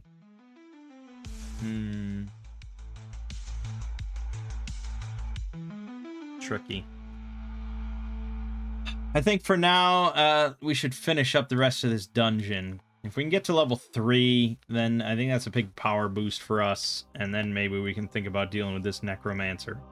So, let's store our money at, like, our residences. Because I don't want to be weighed down with all this gold. So, yeah, and the only way to do that, really, is to just, like, delete it and create a note. Okay, we'll just create a note here with Grim. So, let's see... My damn calculator. 192 plus 168 plus 123. 483. So we'll just put that here. 483 gold in storage. Hopefully no one steals from us. So now we delete all our gold. Yeah, that's a weight off our shoulders. Okay. So now we're taking Torsen with us. We're marching back to the Tomb of the Hunters. So we're gonna light a lantern for our path through the Tomb of the Hunters. We have to roll a random encounter check on the way there. Nothing. Okay, and then we go through the Tomb of Hunters. It's cleared out. There's nothing here. I mean, if enough time passed, something would move in probably, but not just yet. And I'll tick this down by like 2, I guess, for our way through the Tomb of the Hunters. And then we turn it off, blah, blah, blah. We teleport to the Opaline Tower, and Torsen's like, what the fuck? What did I sign up for? You're getting paid, dude. Shut up. You're gonna make a lot of money, trust me. And then we descend down the tower, blah, blah, blah, and we traverse through. So we're gonna... This place isn't technically cleared out. I don't think we rolled all these random encounters. Deep ones is a random encounter. The mist, the dampness, mucus-like slime, the surface explorers. So we do have to... once we get here. So that's 1. These are explored rooms. So it's 1, 2, 3, 4, 5. So I'm going to roll underclock twice to get us back to room 13. 6. So 7 and 4. So 11 down. We're down to 9. But nothing harasses us. And the entrance to the pits just has the path going down.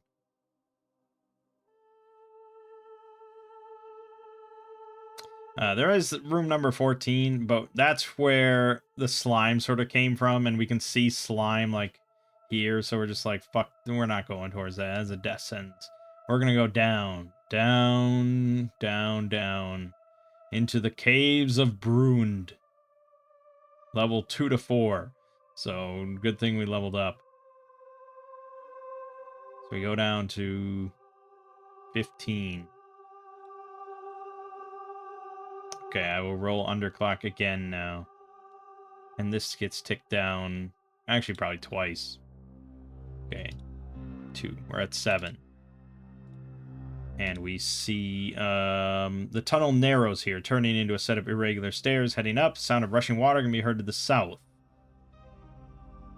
Okay. Well, Grimm's in front. Torsen is right in the middle with the lantern. He is our light, so he's got to be right in the middle so we can see as we approach this river, underground river at 16. The broad cave runs northwest to southeast, with a smaller side passage running south and a narrower tunnel leading north. A churning greenish river flows southeast downstream.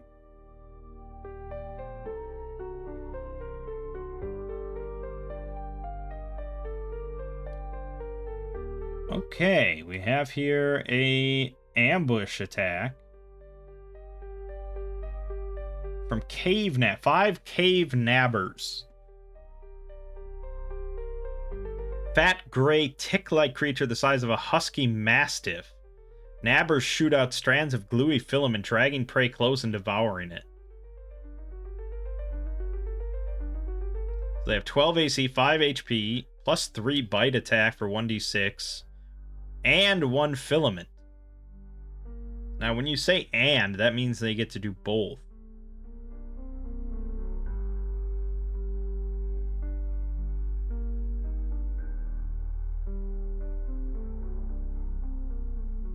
So DC 12 strength check or snared, dragging them near distance toward the cave nabber. Filament can be cut, DC 12 strength on turn to break free.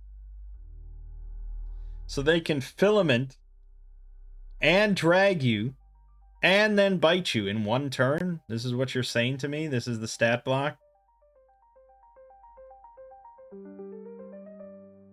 And then instead of a filament attack, they can just pull a snared target a near distance.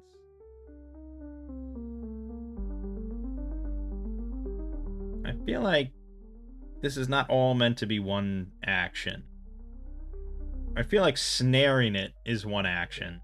And then if you don't break free, like someone has to cut you loose, or on your turn. I like that you can cut it, which I assume is just, well, I guess it's not guaranteed. But I feel like cutting it is probably a better bet than the strength check, unless you have like a mace in hand, in which case I think you're making the strength check. But yeah, I don't think I would do the drag as part of it, because then what's the point of the pull? How often is this ever going to come up if the filament automatically pulls you in?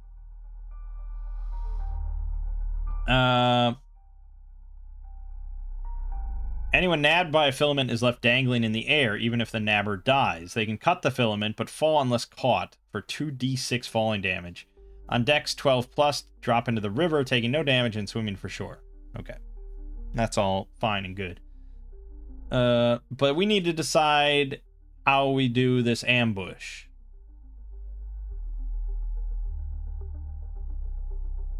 Should we do the surprise on a 1 or a 2?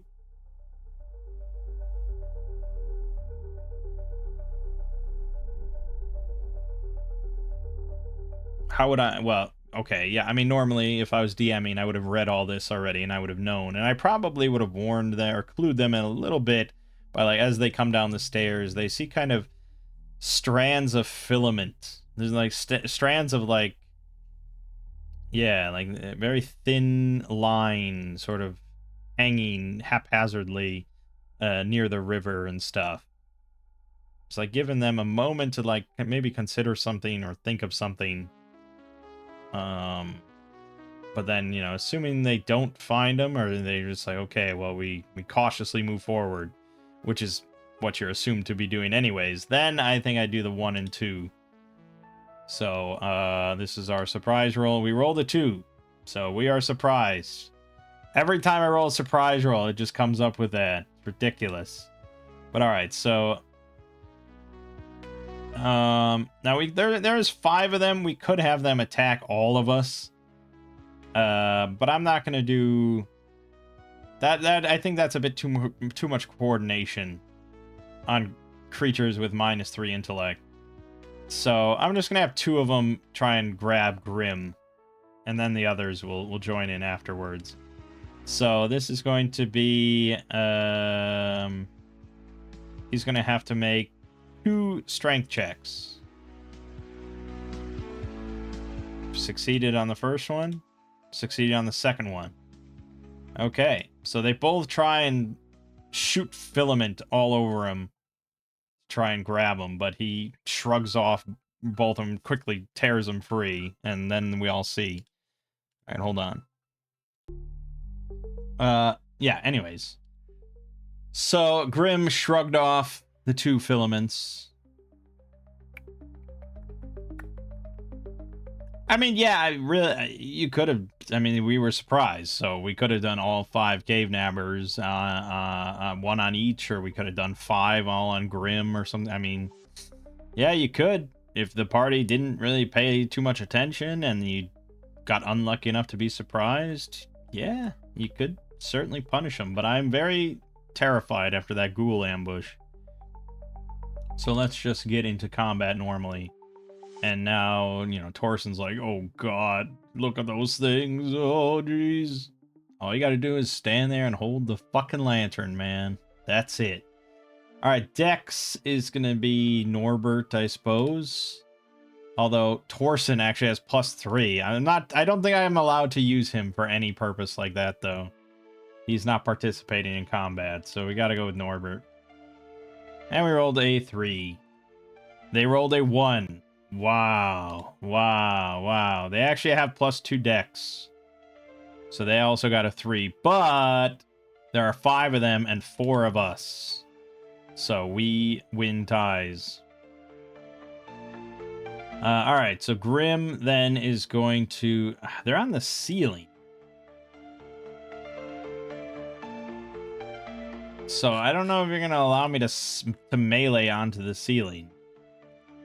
But I guess if we're all gonna go first, then we should just have Denton cast Sleep, because that ends the encounter.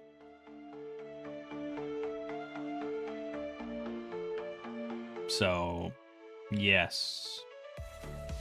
Crit. Okay. Well, that's pretty good. We get a luck token, which we'll throw on Clara. And they're all sleeping. And they all... I don't know, you think they fall off the ceiling? Not if they're hanging by, like, their own gluey filaments, I suppose. So they all just kind of stop moving. Alright. Now, Grim will pull out his longbow and try and shoot one. Or he could throw his spear. Honestly, that's much better. Alright, he'll throw his spear at one. And it's sleeping. Do we want to give advantage on a sleeping target? I think that's fair, so let's do that. Alright, he rolled a 20 total for 4 damage. He didn't actually kill it, and he woke it up. So now Norbert has to throw a dagger at it. And it's not sleeping. Okay. Technically a backstab for damage, but it's good enough. It wakes up and he immediately throws a dagger in it and kills it. Clara does not want to use Thunderclap or anything, so she'll just pass her turn.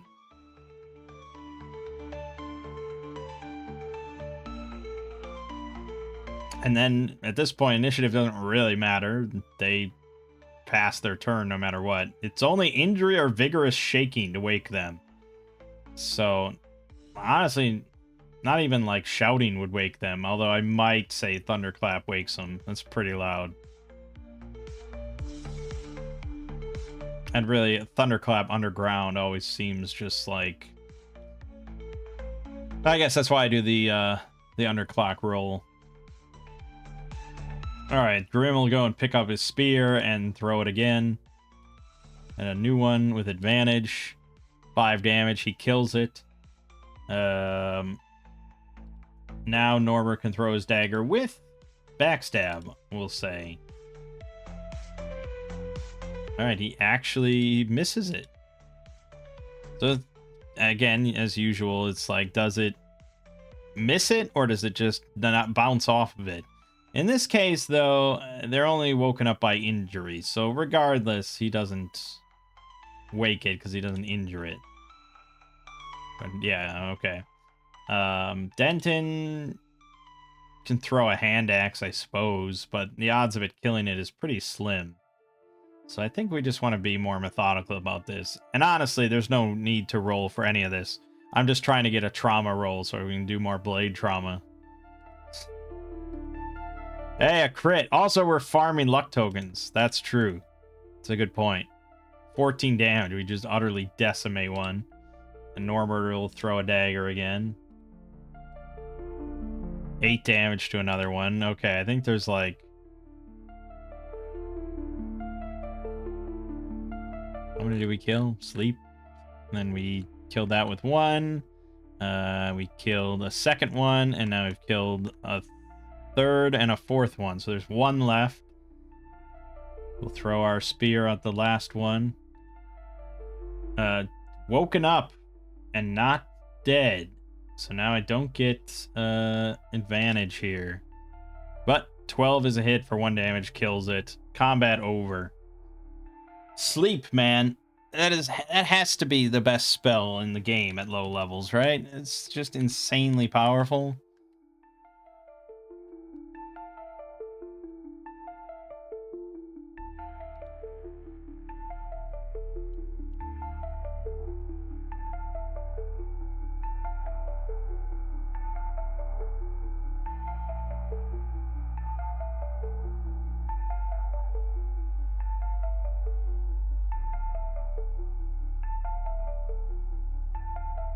Apparently, the original version of the sleep spell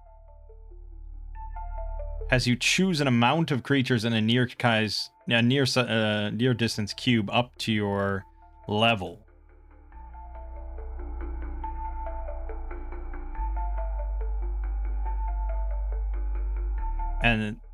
That was the original version? And then they changed it to just be what it is now, where anything level 2 or less just falls asleep with no save or anything. I feel like the original version was much more balanced.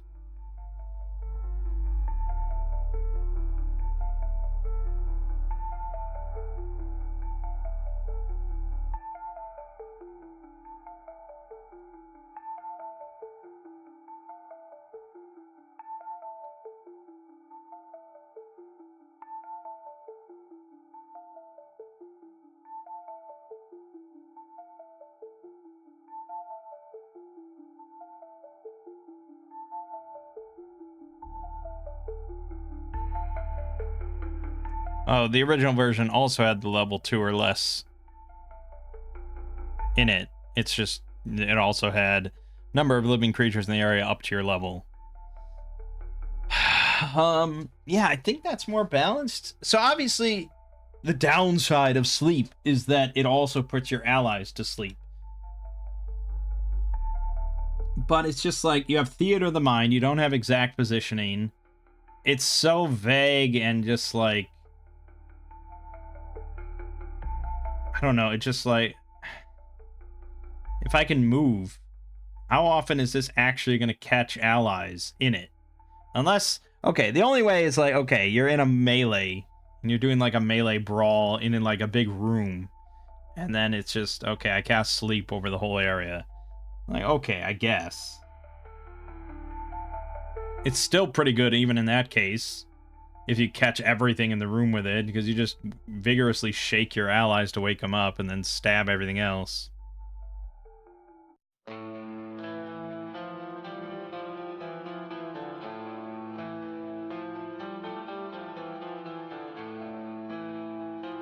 But this is why I tend to like grids a lot of the time.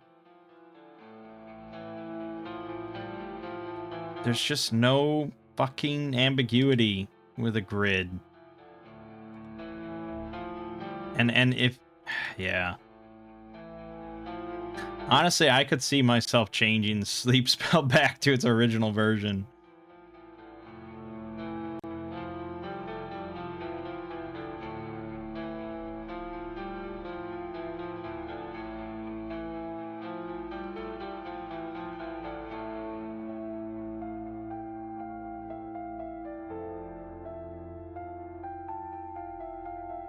Yeah, I don't know. I could see changing it back to the original version. You can target a number of creatures up to your level. And then if they're higher than level 2, maybe give them like a con save or something to resist it. So then at least it continues to maybe be useful as you go up in level.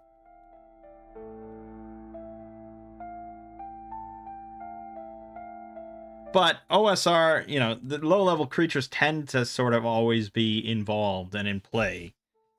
And a lot of like just layers of creatures and stuff that you're going to encounter in the world across your sandbox are going to be level 2 or less, just in massive numbers.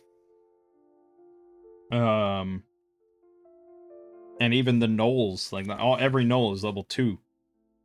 So you can handle up to gnolls in large numbers.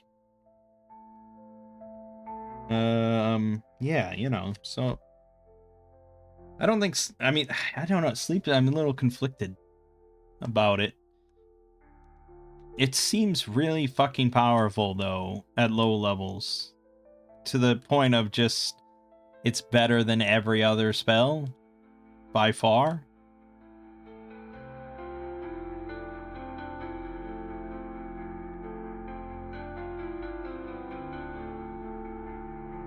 This person says Charm Person is the best spell and it's not even close. Out of your mind.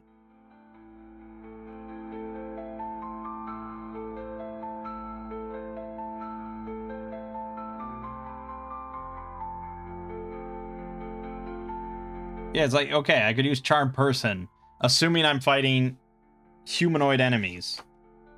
Let's say I'm fighting 6 bandits. They're all level 2. And I use Charm Person on one of them. And now I'm fighting 5 bandits. And I have one with me. and he's my buddy.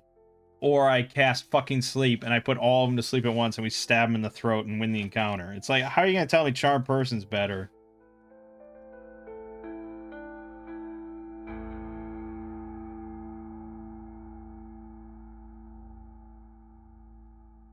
Yeah, I don't know. Sleep just seems way too good.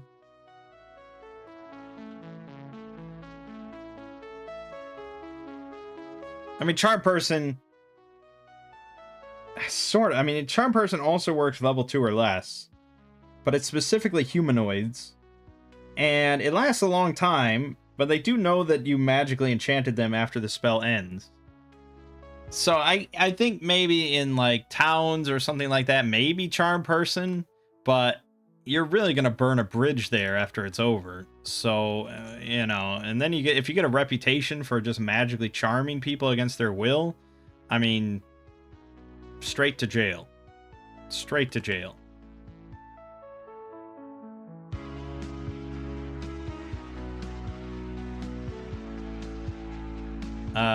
So yeah, I don't know. I was just looking around for discussions about the sleep spell and stuff, because really the big issue that I have with it is, well, I mean, it's powerful. I'm good with that, I suppose. I like powerful stuff. But I don't like that the drawback seems to be... Well, the level 2 or less thing, that's fine. But the other drawback seems to be that it affects everybody in a near-sized cube. And it just seems, in Theater of the Mind, very easy to... I don't know, I get... Like, if you're doing doorway strats and we have Denton in the back, you know, he'd either have to get up into the doorway... But I don't know, there's no ops, so he could just be like, hey, Grim, step back for a moment. I'm casting sleep. And he does, and then we win the encounter. I don't know. I suppose it is what it is. We're not, like, cruising through this. We're often nearly dying anyways, so I guess I should take the wins where I get them. So, we're gonna get an XP for killing these nabbers. Whoops. That puts us up to 7. It says 20, but for our new numbers, we need to get to 25. So we still have a ways to go. All good. And that's it. Okay, and then I also need to tick this down, and I don't think I rolled underclock for this room, so we will roll that down to 3. So I will roll our Omen. 1d4 deep ones. Oh, deep ones. Deep ones, huh? From Innsmouth. Bent, fish-faced creature with mottled silver gray skin. Mouth gapes open, showing rows of hooked fangs, and the webbed hands clutch a shard-tipped spear. Okay. So you would hear sounds sort of echoing from downriver of, like, you know,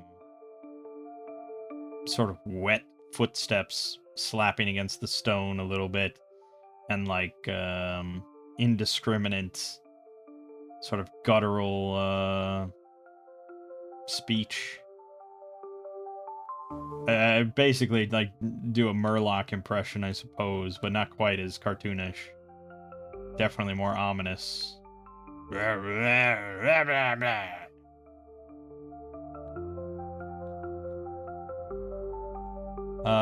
So what would our group do if we were going to be smart about it? We know an encounter is imminent.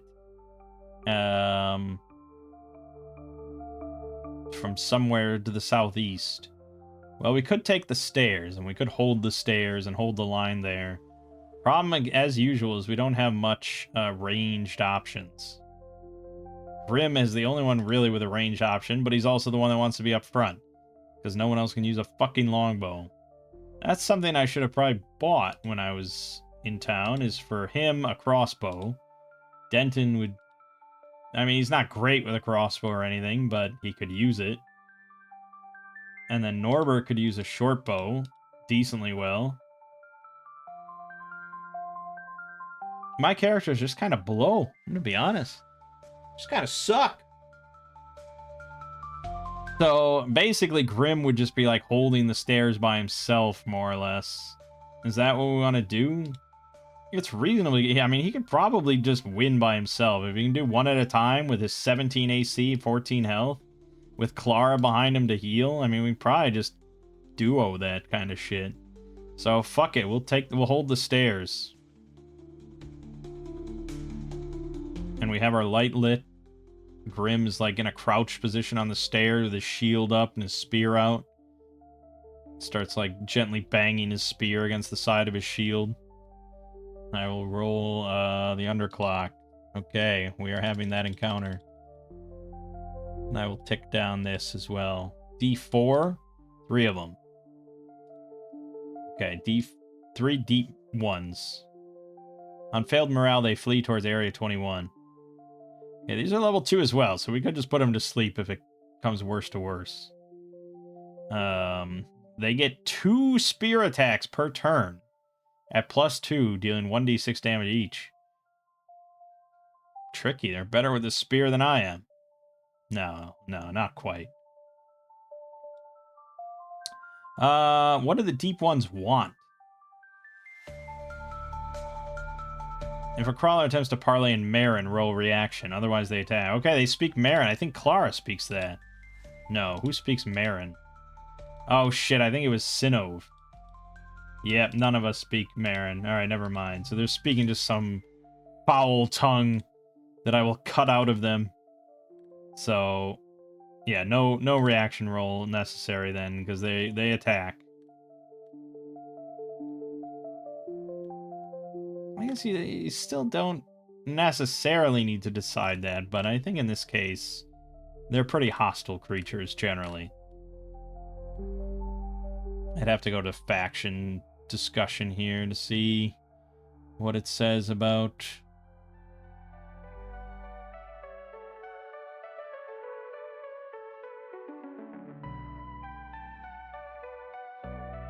Doesn't really talk much about deep ones.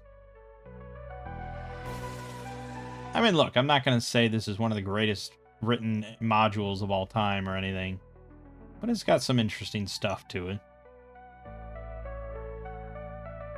And it's written for Shadowdark, which is pretty nice if you're newer and don't want to try converting some actual old school module. But alright, so we're gonna... They're gonna attack. So there's no surprise here. They see us. And they have to kind of move in with spears. So I don't think they really get a surprise turn here. It's not an ambush. We're ready for them. So just D20 initiative on our part is 11. Theirs is a fail. So yeah, I don't know. I guess Norbert will throw a dagger at one of them for 1 damage. Just kind of nicks him on the shoulder. Denton will throw his hand axe at one of them. Same one. 15, 2 damage. Okay, now we're cooking. So one of them's at 7 health.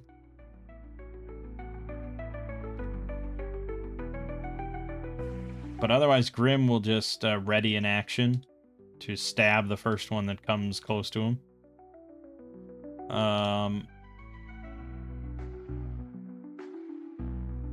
Yeah, and technically they have spears, so they could attack from reach as well if we wanted to.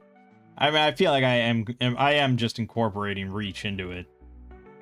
So, but thankfully Grim also has a spear, so it works out. So before this thing can attack, Grim will try and stab it. And this is the one at 7 health, we'll say. Yep. Ooh, he rolled a 19. Ah, fuck, he killed it. My blade trauma. No, I want to roll blade trauma. He got a 6. He sliced its nose off. So he stabbed it right through the fucking nose, through the back of his skull. How's that for trauma, bitch? I interrupted him before he could even stab me. But there is another one in line ready to go. So the next one we'll try stabbing. It gets +2 and 2 attacks. 13, 13. Both misses. Blocks him easily with his shield. New initiative. We got a 15, they got a 17. So that same one is going to try the double spear attack again. 14, 14. All right. The one behind him is going to try and throw a spear at Clara. That is a hit for 1 damage. Okay. Perfect. Now Grim is going to counterattack at this dumbass. Hit for 6 damage. Okay. Then Norbert will try to throw his dagger at him because he gets bonus D4 damage if he hits. He does not hit, so that's all the daggers he's got. And I don't think Denton has another hand axe, so that's that. Okay. That's the whole round. We're pretty close to morale roll, I think, here, but maybe not quite. Norbert's initiative 12. They got a 3, so we go first. Grim will try and finish off this asshole. Miss. We have no other attacks of any kind, so this is it. And the other guy will counterattack. 6, 18. That is a hit, finally, for 1 damage. Grim barely feels it. Okay, new initiative. Ours is 12. Theirs is 20. He's going to do his spear attacks again. 16 and 6. Misses. Grim counterattack. Kill.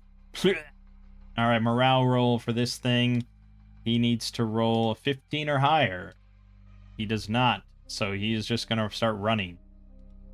He doesn't even have a spear, so of course he's going to run. And he's going to run to area 21.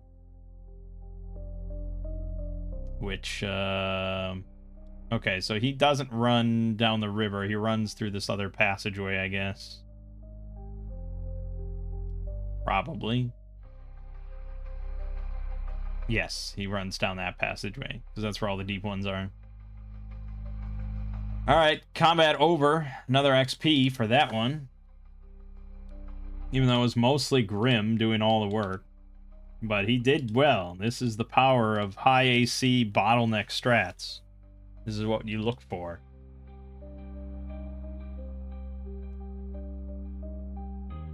And so that's why I kind of like the underclock. Because it's just like, you're not... You know, when we did Barrow Maze, it was just constantly barricading ourselves in a room and iron spiking the door and blah, blah, blah. But most of the time, you're going to have to make, like, a pretty quick decision there about making the best of your current situation. And you know something is coming. And I think it's just kind of nicer than just, oh, you turn around a corner and there's a big pack of goblins and okay, go. Or, you know, some sort of whatever. If it's going to be combat, I like this. When you have a moment to maybe situate yourselves and come up with something better than just getting caught out in the open.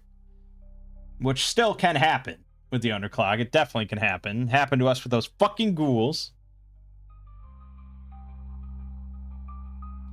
But yeah, that was good. Okay, so we pick up the hand axe, pick up the daggers, blah, blah, blah. And Clara continues to be really just kind of useless. If we could just get like a holy fire or something, some sort of single target priestly spell. Was any of that in the novice magic? There's gotta be something.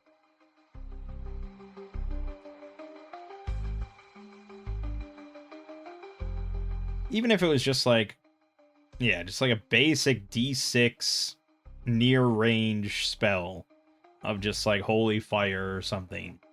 I don't know, I'd really appreciate it. But I don't think they're meant to get shit like that.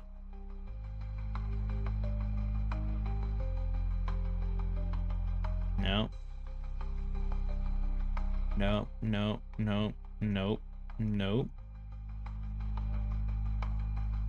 There's Entangle, but that's not a damage. Beam of Light. Can you wield it as a quarterstaff? So no. The answer is no. There's no single target attack spell for a priest. Which I suppose is fair, and it's probably true to how, you know, it actually is. If I looked at cleric spells, first level, Yeah, you're definitely not kidding. You're getting like remove fear, purify food and water. There is cause light wounds, which is not reflected at all in Shadowdark. There's no cause light wounds. I wonder if anybody has brought up that issue.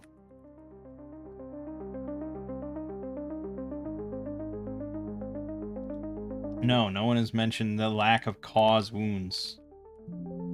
I think I would easily house rule that though. That if a cleric priest wanted to use cure light or cure wounds and just reverse it.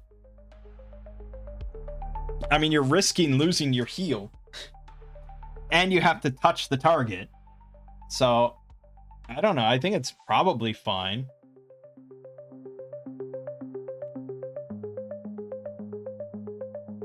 Yeah, I would go with that as an option. So it's somewhat better than swinging a weapon because it's guaranteed.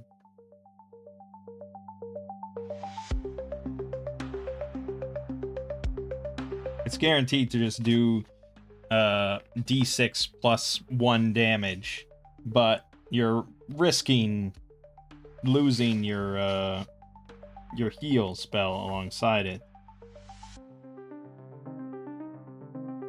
And it's certainly not as good as like Burning Hands for the wizard, because that affects everything in close range. This is just one. So yeah, I would definitely house rule that. I'm surprised that's not just an option. And I'm surprised no one has like mentioned it as an option, but again, it's just like, how often are you really gonna risk your cure wounds spell? But maybe you have 2 priests in your party and they both have cure wounds and it's not as essential. Alright, anyways. I suppose we'll continue after that one that ran down. But we're not going to run. That would be very stupid and foolish. So we're going to cautiously cross over the river and go towards Area 18. The tunnels wind back and forth, leading south to Area 19, north to Area 16. A knee-high stone altar near the north edge of these tunnels holds a human skull and 4 tiny stone bowls, each filled with drops of a different murky liquid. Each bowl holds a different ichor and holds enough for 1 dose. If poured into an empty flask, each ichor is worth 25 gold pieces, but is rendered inert and worthless if mixed with other ichors or liquids. An explorer can identify an ichor on int 12+. Okay, well, we have Denton here, intelligence extraordinaire. So he's going to roll to identify these strange substances. So the first one he does identify as being like a minor healing potion.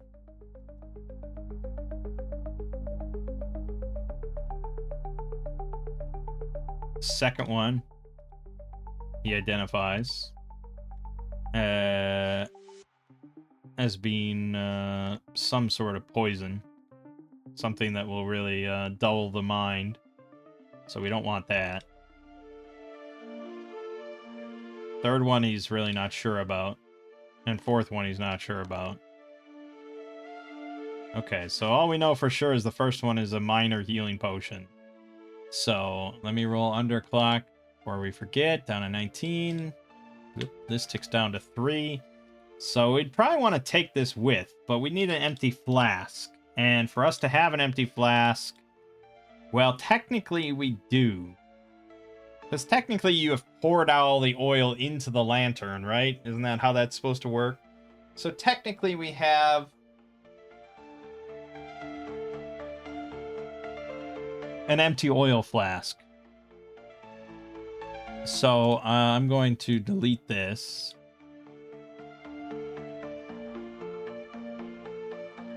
Keep our timer and everything though, and we're going to create a minor healing potion.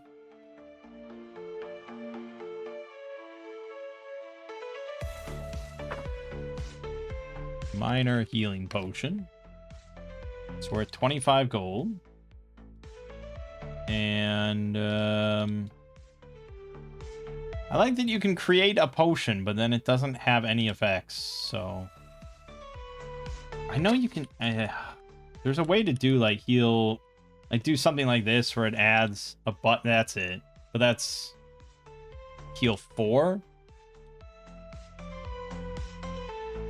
Right. Okay. So that's not correct.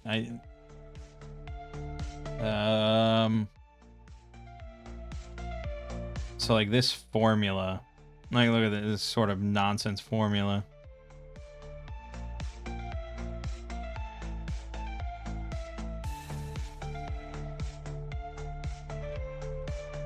Okay, but that seems to imply that you just do that, but it doesn't do that. So,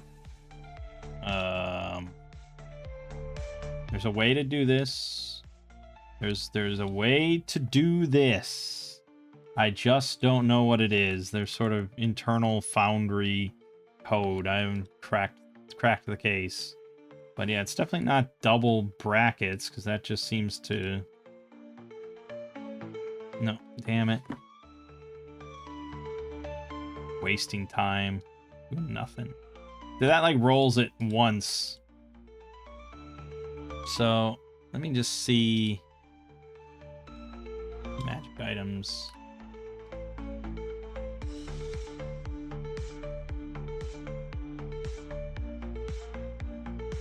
Yeah, that's great. But see, then how do you make that linkable? You're not showing me how to do that, and I can't edit this or view it or anything, so I really have no idea how it works.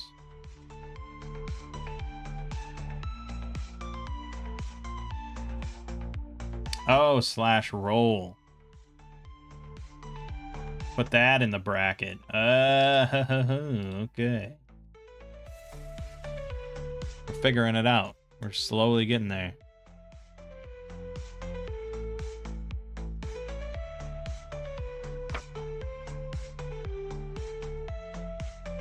Bada bing, bada boom. We got it. Alright, there you go. Minor healing potion. So we will bottle that up in our flask and hand it to Grim, I suppose. And we each get an XP because that's over 20 gold. The threshold.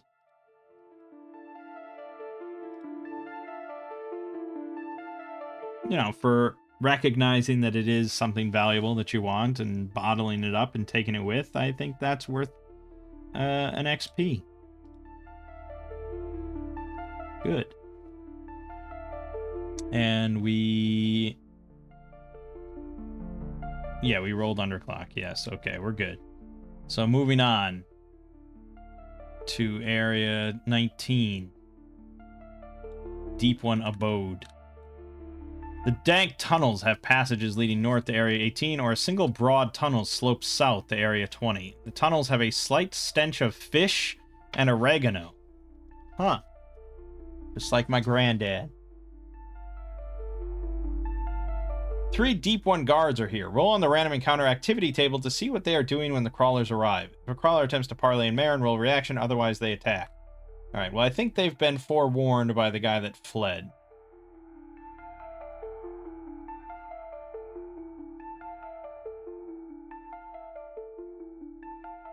You have a random counter activity table? Where the hell is that at? Unless you mean the random counter table.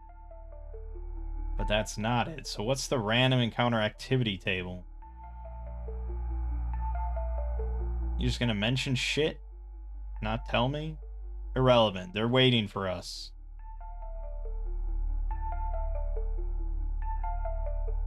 And technically, we probably heard the guy, like, exclaiming to the others, and we were just poking around with those potions. So not really realistic. I should have ran that a little better. That we could definitely overhear them, like, being warned and preparing and stuff. So let's pretend that we did that other activity with the Ichor afterwards, because we're going to continue moving forward and prepare for battle. So the quarters here are pretty cramped. And I don't like this flank. So maybe we just kind of wait here at this intersection and let Grim do his thing again. There is the possibility that they could go around, though, so we'll have to be wary of that.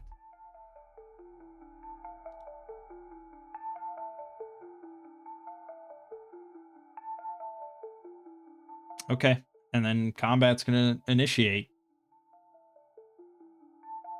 As the guy that ran is joined by 3 of his brothers. And so we shall fight. Our initiative is a 3.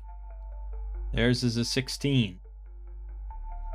All right, well, we reduced their numbers yet again. They could throw spears, but I think this first round, one of them's just going to, he's gonna be like, I got this. Don't worry, guys. I'm gonna butcher this stupid dwarf.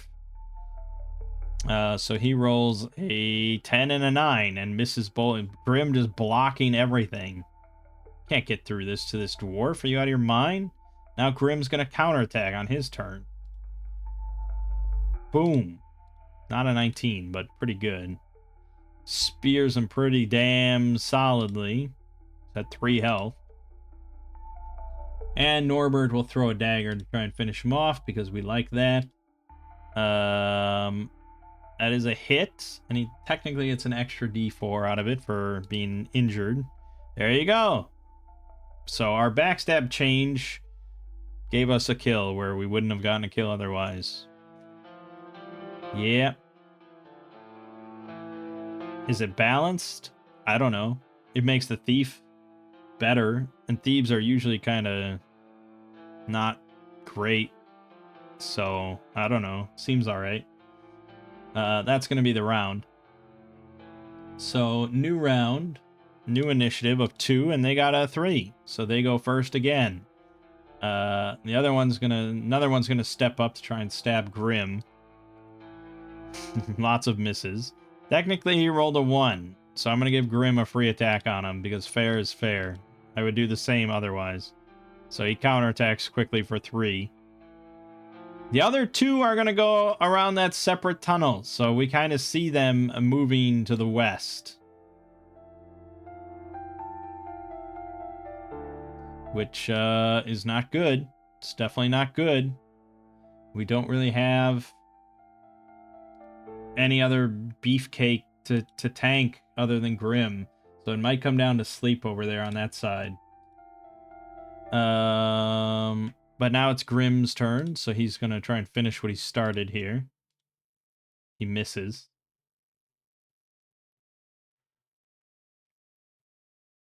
And Denton's going to prepare a sleep spell. So he's going to sleep whatever comes around that corner.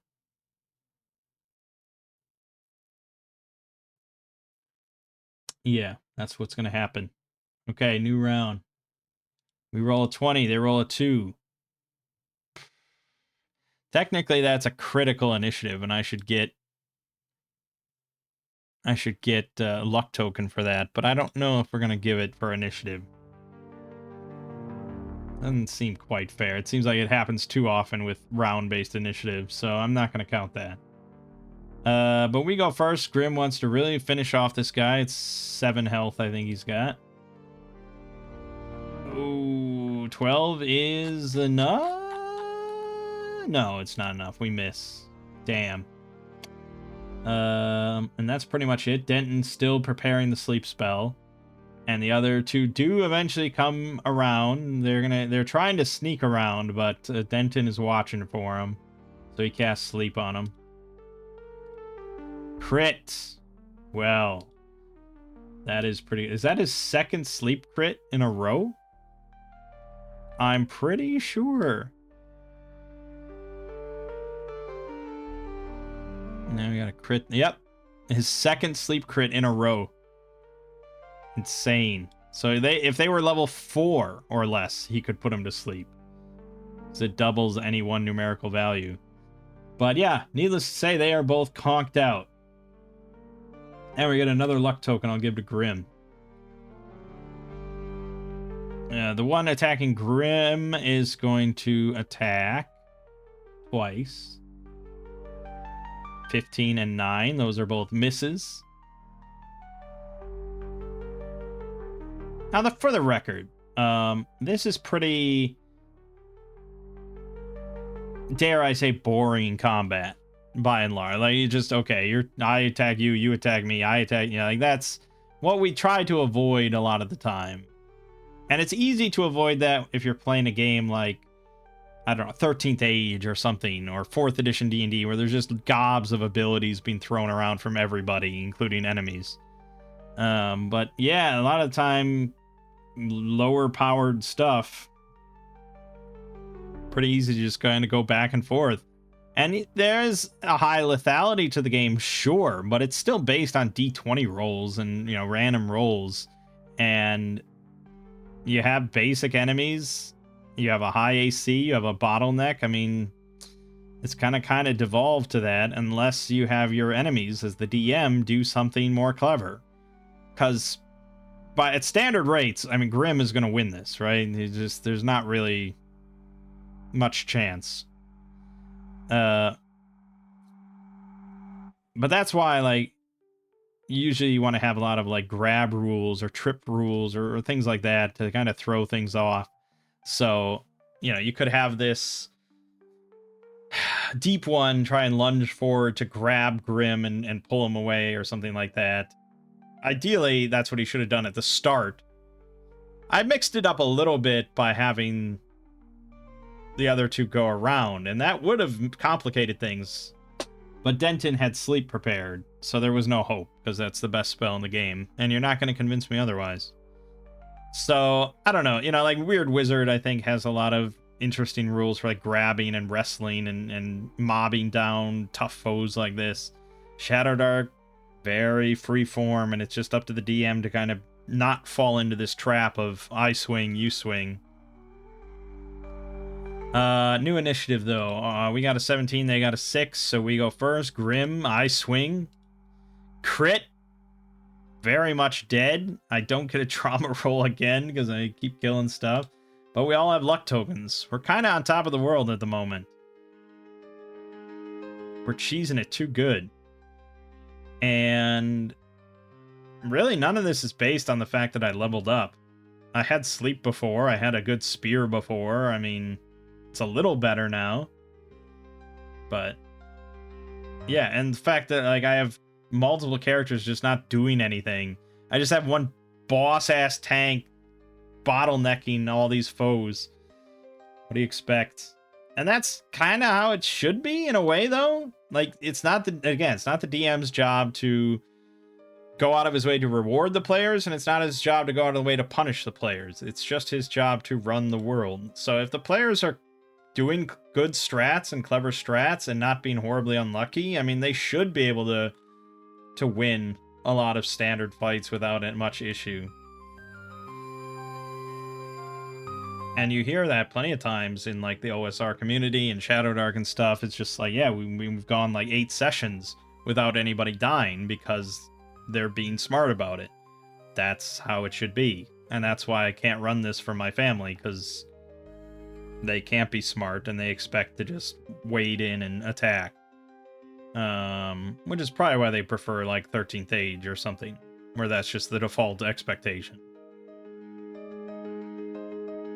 Okay, so then we wander over and we stab the other two. And I could roll to see if they get up and everything, but really it should be a coup de grace and just an automatic crit.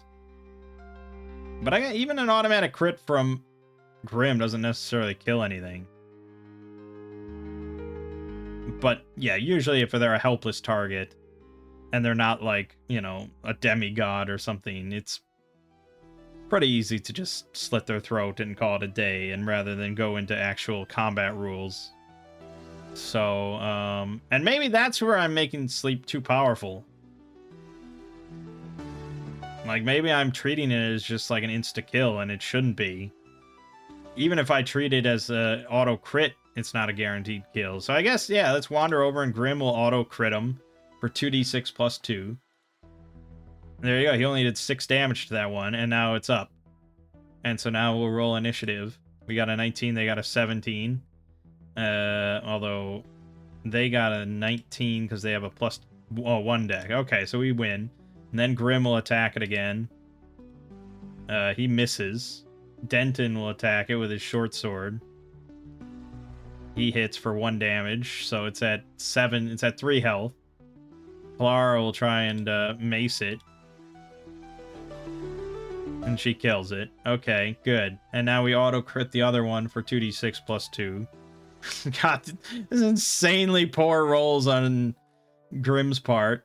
So he does 5 damage. It wakes up. We roll initiative. We get a 7. It gets a 14. It's going to roll morale. It fails, I think, because it's got, yeah, plus 0. So it's going to run away, and we don't get any ops. So another one flees from us. I mean, I guess, is that more satisfying than just stabbing it through the neck and killing it? No, it's not more satisfying, and it's unrealistic, so forget all that.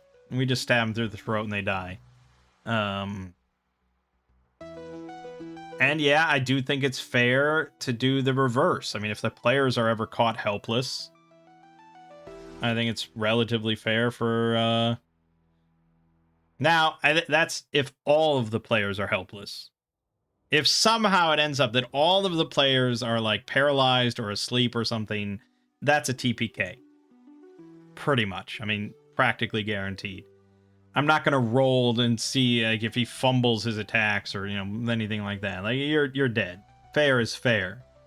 But if one person is paralyzed, I don't tend to target that one person. It's just like, okay, you're out of the fight for the moment.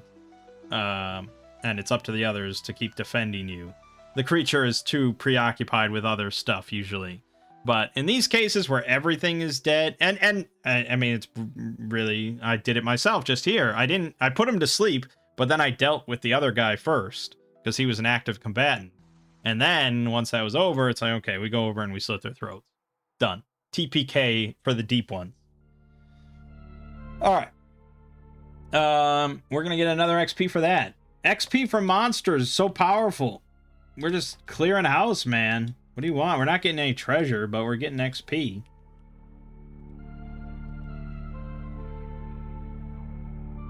Excellent. All right. Good. Good, good. We will continue this next time. We're doing pretty well. A lot of this cave left to check out, though. So, probably plenty of dangers in here. And soon we won't be able to do such easy bottleneck strats. So, we'll see. But I think that is the way to go. Have one beefcake, high health dwarf covered in armor, just stand in the bottleneck with his spear and shield. I mean, it's like 300. Which they definitely didn't win. But still, it's like 300. Alright, my name is Mang. This has been Solo Roll Manging with Shadowdark. I'll see you fine folks in the next part.